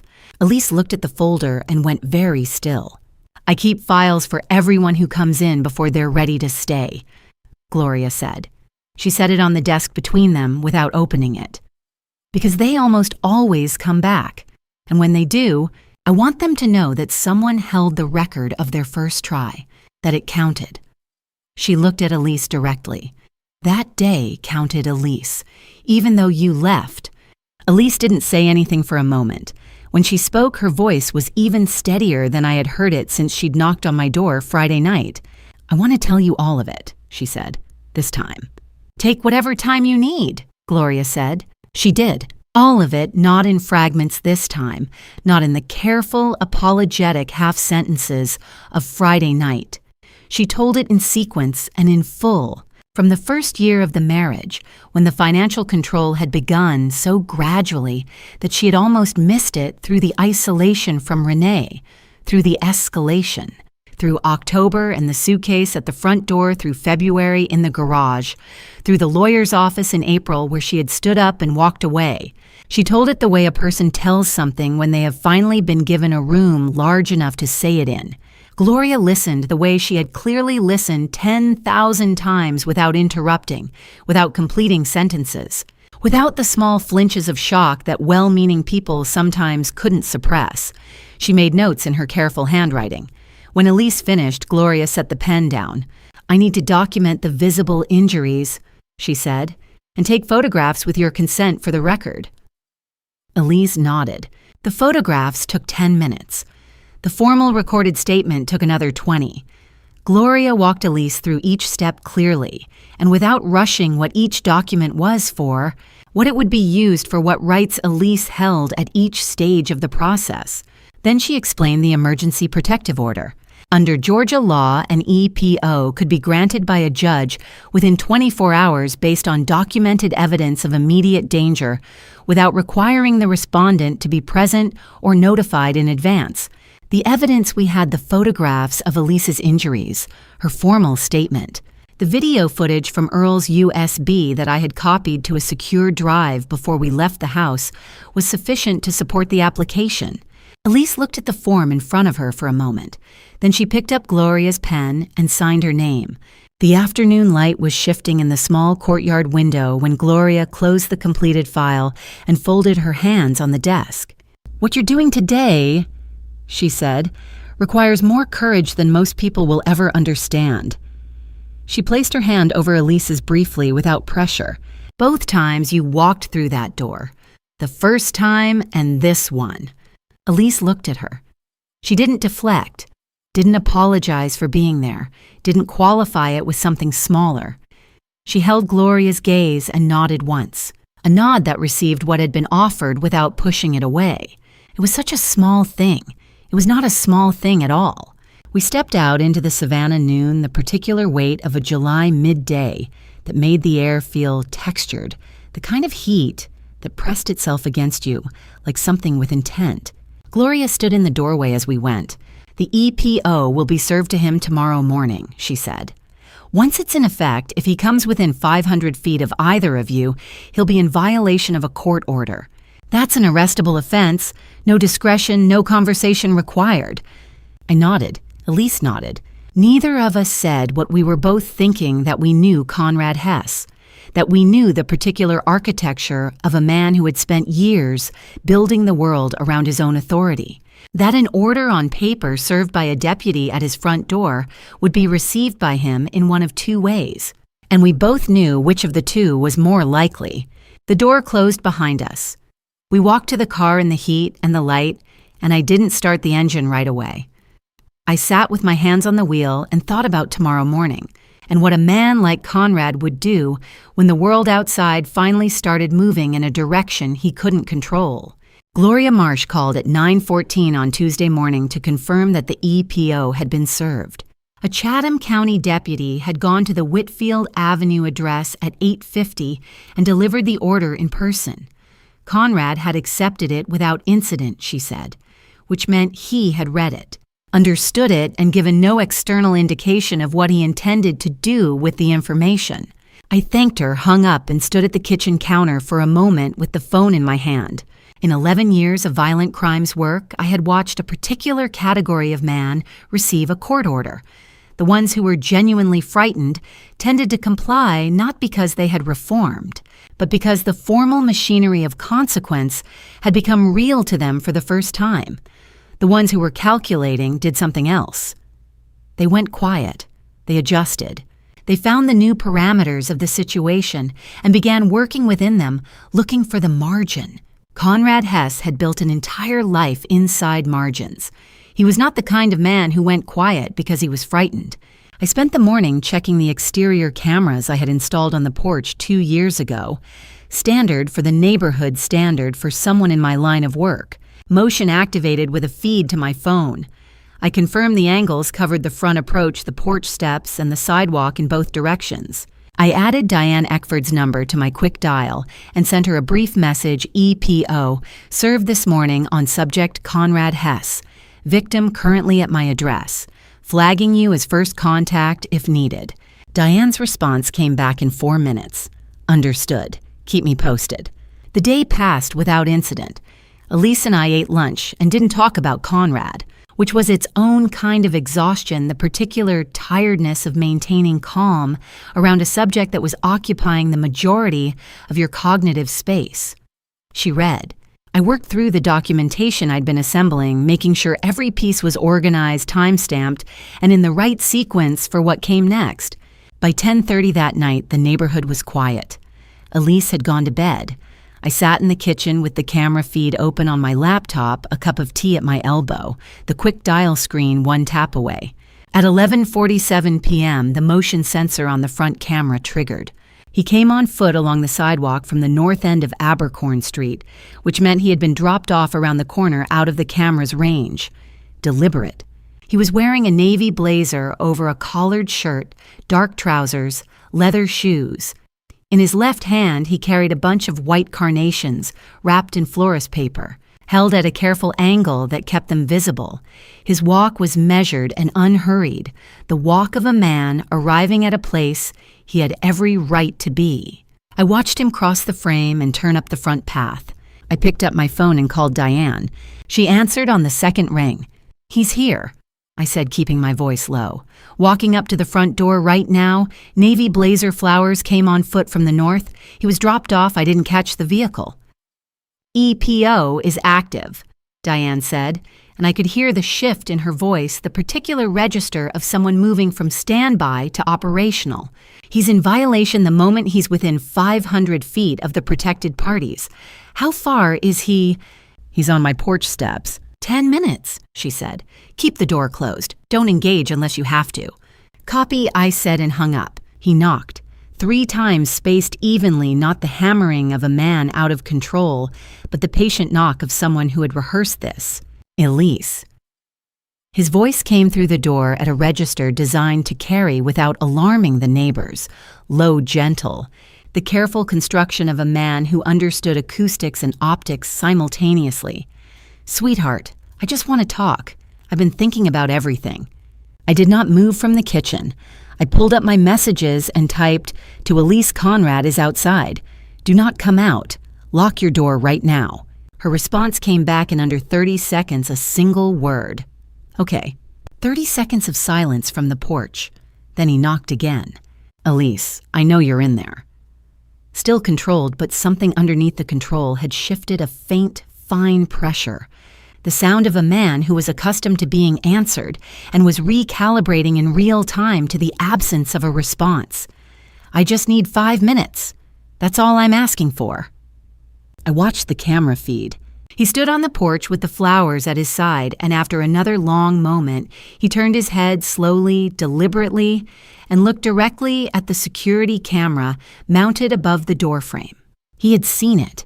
He had known it was there, probably since he'd arrived. He looked into the lens for 3 full seconds, and then he smiled. It was not the smile of the Savannah Morning News photograph, the wide, comfortable smile of the man the community trusted. It was smaller than that and more careful, a smile that knew it was being watched and had decided that being watched was not a problem. The carnations remained in his hand, held at the same careful angle. His eyes above the smile were entirely still. That was the moment I understood completely, and without any remaining ambiguity, that I was not looking at a man who had come to apologize. I was looking at a man who was executing a plan and believed with the particular confidence of someone who had never truly been stopped that he was still the one setting the terms. I looked at the clock in the corner of the camera feed screen. 11:51 p.m.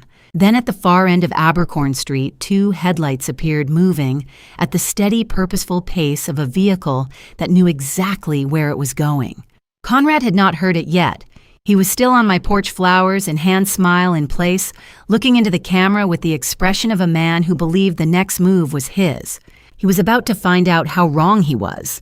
The sound of a car door opening and closing carries differently at midnight, sharper, more deliberate. The kind of sound that cuts through the ambient noise of a quiet neighborhood and arrives without ambiguity. Conrad turned, and in the half-second before he processed what he was seeing, his face did something I had not seen it do before. Not in Earl's footage, not on the porch at Pooler, not in any of the hours I had spent studying him. The calculation dropped away. What was underneath it was something unguarded and genuine, and in its own way illuminating. Surprise. Real surprise. The surprise of a man who had built his entire operational model on the assumption that he would always have more time than anyone else to prepare.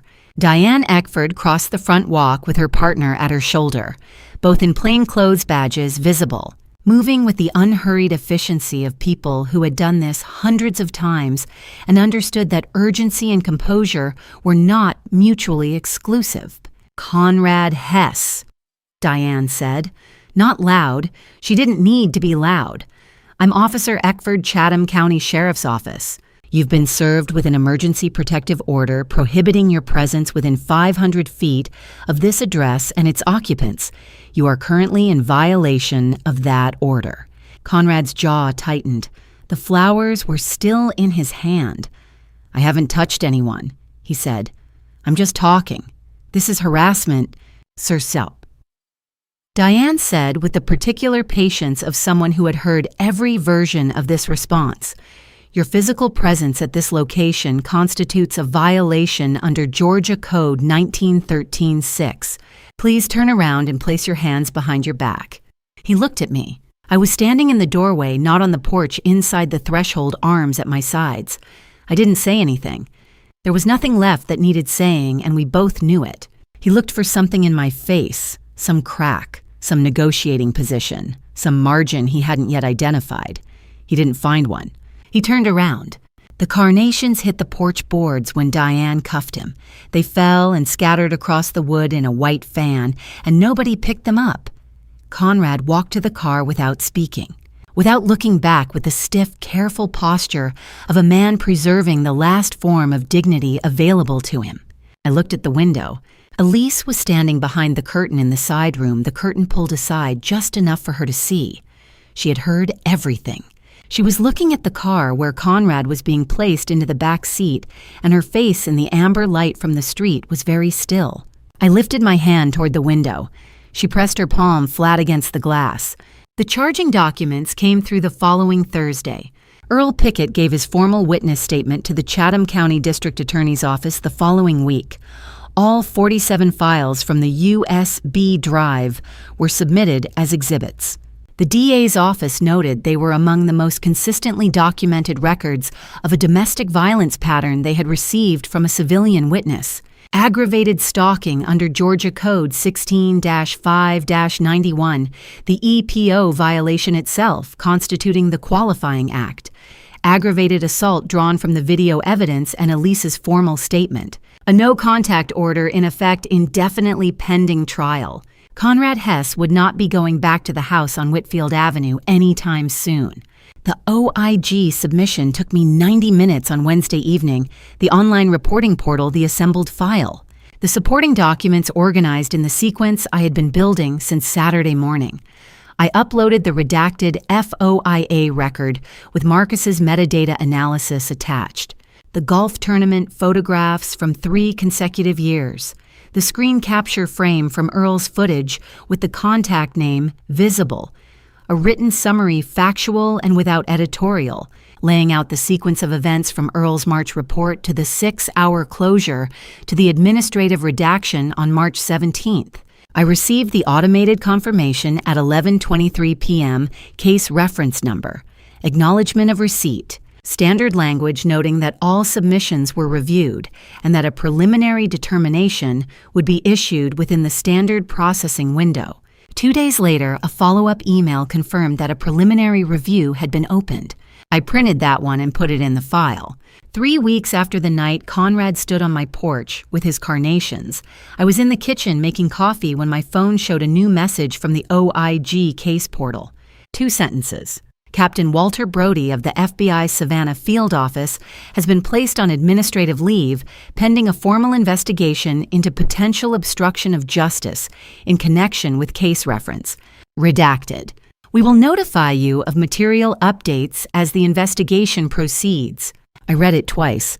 Then I set the phone face down on the counter and finished making the coffee. This was how these things actually ended, not with confrontations in lit offices, not with admissions or dramatic collapses, but with 2 sentences in a government email that arrived on an ordinary morning and said in the careful, neutral language of institutional accountability that the thing that had been wrong was being looked at now by people whose job it was to look. It was not dramatic. These things never were, but it was real, and real was enough. I stood at the kitchen window with my coffee and looked out at the backyard, the gardenia bush my mother had planted along the fence that still came back every summer, the oak that dropped its leaves late and grew them back first. The morning was doing what Savannah mornings did coming in, warm and already full of light, indifferent to everything that had happened in the rooms behind me. For the first time since 11 o'clock on a Friday night 10 days ago, I was not running toward something. There was nothing left to intercept. The machinery that needed to be set in motion had been set in motion by the right people, in the right order, in ways that would hold. What came next belonged to Elise. The pace of it, the shape of it, the choosing of what to rebuild and what to leave behind, that was not mine to manage or accelerate or protect her from. My part in it was something quieter, to be present without directing, to let her take up as much space as she needed, without apology, for as long as it took.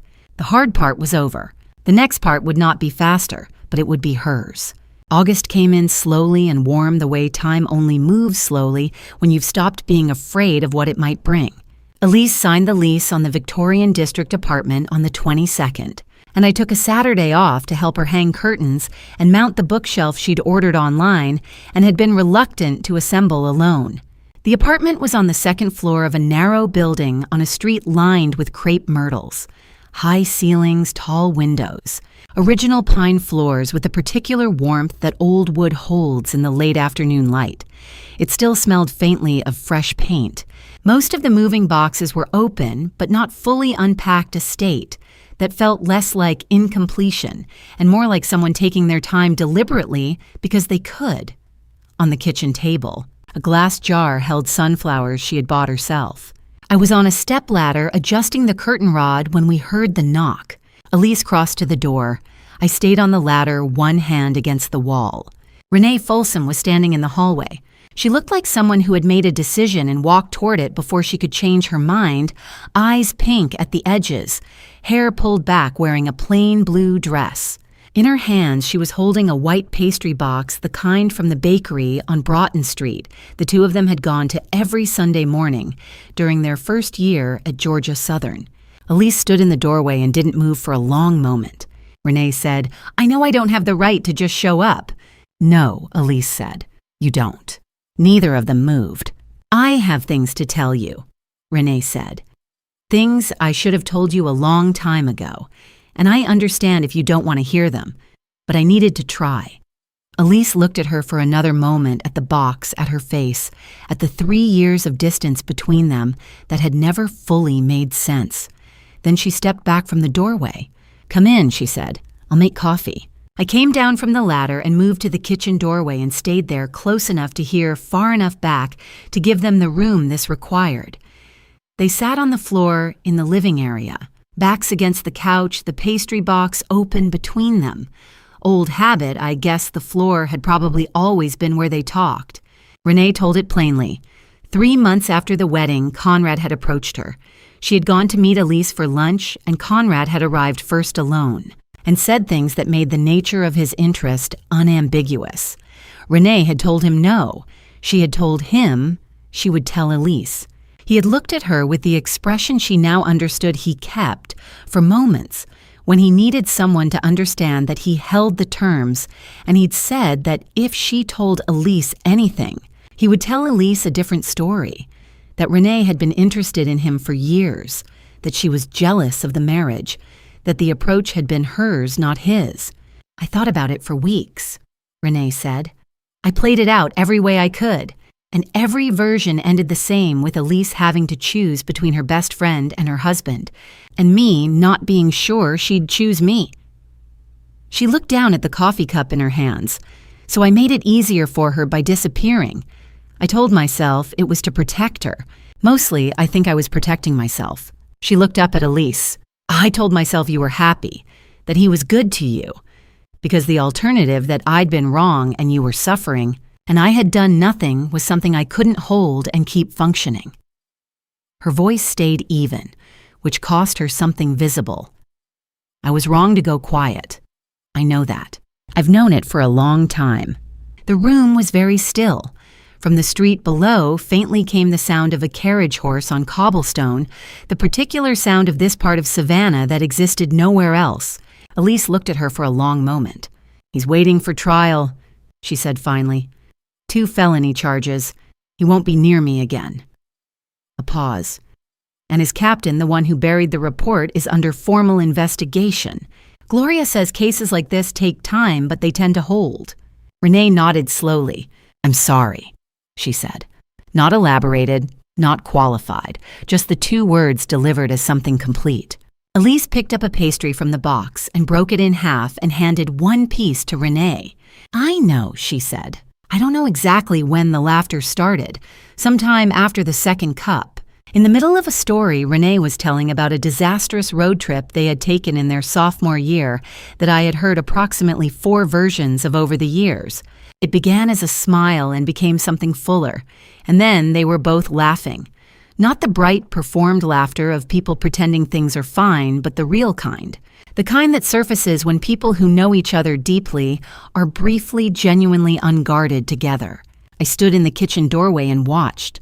Conrad had spent 3 years on this, on the distance between these two people, on ensuring that the one friend Elise had who might have seen clearly would be too uncertain, too afraid of being disbelieved to say anything. He had been thorough about it. He had been patient. He had treated it like every other aspect of his life methodically, with full attention to what would hold and what would give way under pressure. He had failed at all of it. Not on the night he was arrested, not in the paperwork or the charges or the OIG investigation. His real failure was quieter and more complete than any of that. It was a Saturday afternoon in a second-floor apartment in the Victorian district, with 2 women sitting on the floor eating pastry and laughing in a space he would never enter. That was where he had actually lost. People ask me sometimes after everything, did it feel like enough? Did it feel like justice? Did it feel like what you wanted? And the answer I give them is never what they expect from an FBI agent. They expect something clean and declarative. Yes, the system worked. The right outcome was reached. The case is closed. What I tell them instead is this. The moment that felt most like what I had been working toward had nothing to do with a courtroom or a charging document or a 2-sentence email from the Office of the Inspector General. It happened in a small kitchen in the Victorian district in October, with the smell of roasting chicken and rosemary and the sound of jazz from a $10 Bluetooth speaker. But I'll get to that. We went to Bonaventure on a Saturday morning in early October, when the light comes through the oak canopy at the angle that makes the cemetery look like something from a painting, long and gold and filtered through Spanish moss, falling in strips across the old headstones. Elise had bought 2 bunches of zinnias from the farmer's market, on the way 1 yellow and 1 orange, because those had been our mother's colors. We found the graves and we sat on the stone bench nearby, and we didn't talk much, which was the right amount. Some things don't require narration. Some things you just sit with. We had been there perhaps 20 minutes when I heard footsteps on the gravel path, the particular careful pace of someone who had walked this cemetery many times and had long ago stopped needing to. Look where they were going. Earl Pickett was moving slowly along the row 2 plots over, carrying a single stem of white rose.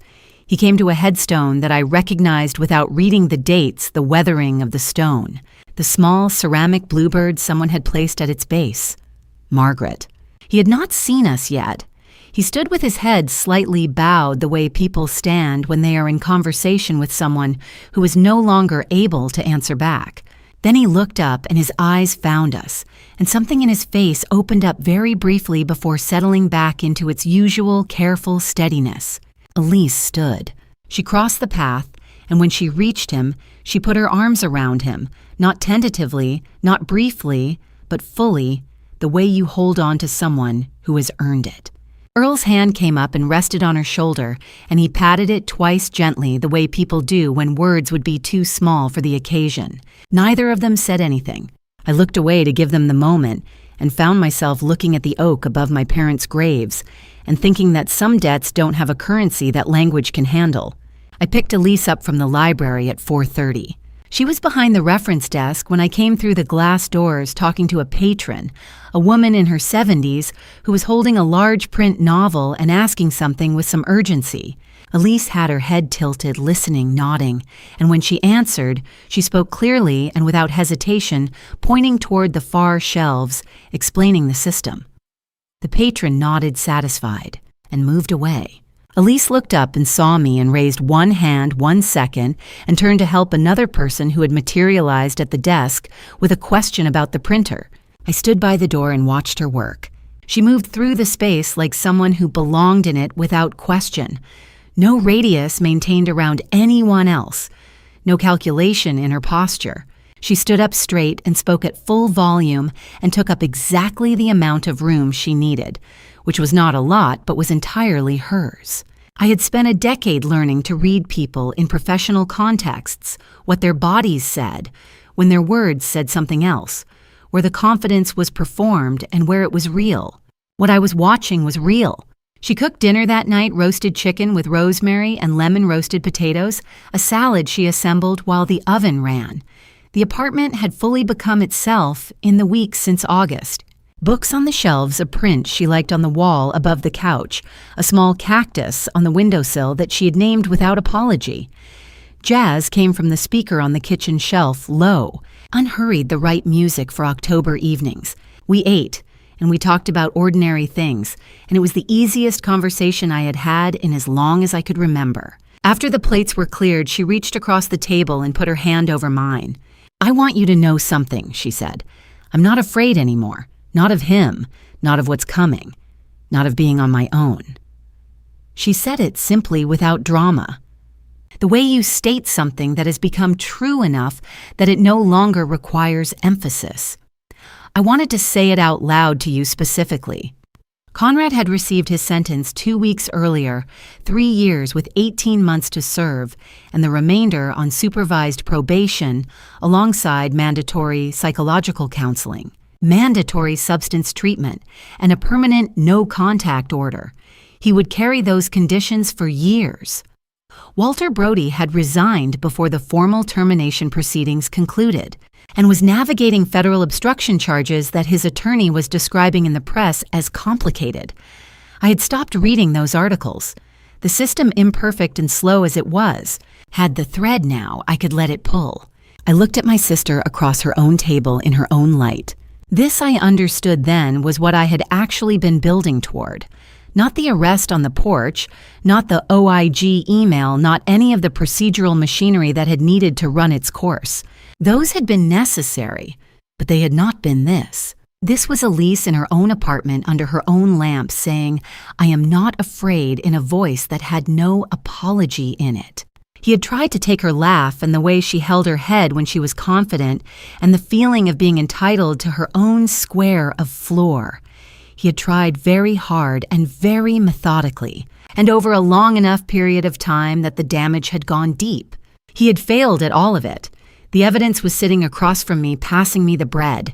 I had never understood what winning actually meant until that October evening in that small kitchen, with the rosemary still in the air and the jazz still going, and my sister looking at me without a single shadow of fear behind her eyes. That was it. That was the whole thing. People ask if this is a story about family revenge. It isn't. Family revenge would have ended on that porch and pooler, cold, satisfying, and ultimately empty. What this story is actually about is something quieter, refusing to let family betrayal be the last word. I failed my sister before I helped her. I lived 11 minutes away and never asked the right question. That is its own family betrayal, the kind that wears the face of being busy, of assuming someone is fine. Don't make my mistake. Ask the people you love while the lights are still on. Someone once told me that God places people in our lives at exactly the right moment. I think about Earl Pickett every time I hear that. A 71-year-old widower with a cracked phone and 8 months of footage standing on my porch at 8 in the morning. Right moment. Every time. My personal belief family revenge solves nothing. But accountability, quiet, legal, and complete changes everything. If this story stayed with you, share it. Leave a comment. Someone in your circle may need to hear it more than you know. And if you want to hear what comes next, subscribe and stay close. Thank you for staying until the very end. It means everything. The stories ahead contain fictional elements built for reflection and education. If that is not for you, no judgment, choose what serves you best. But if you're staying, I'll see you in the next one.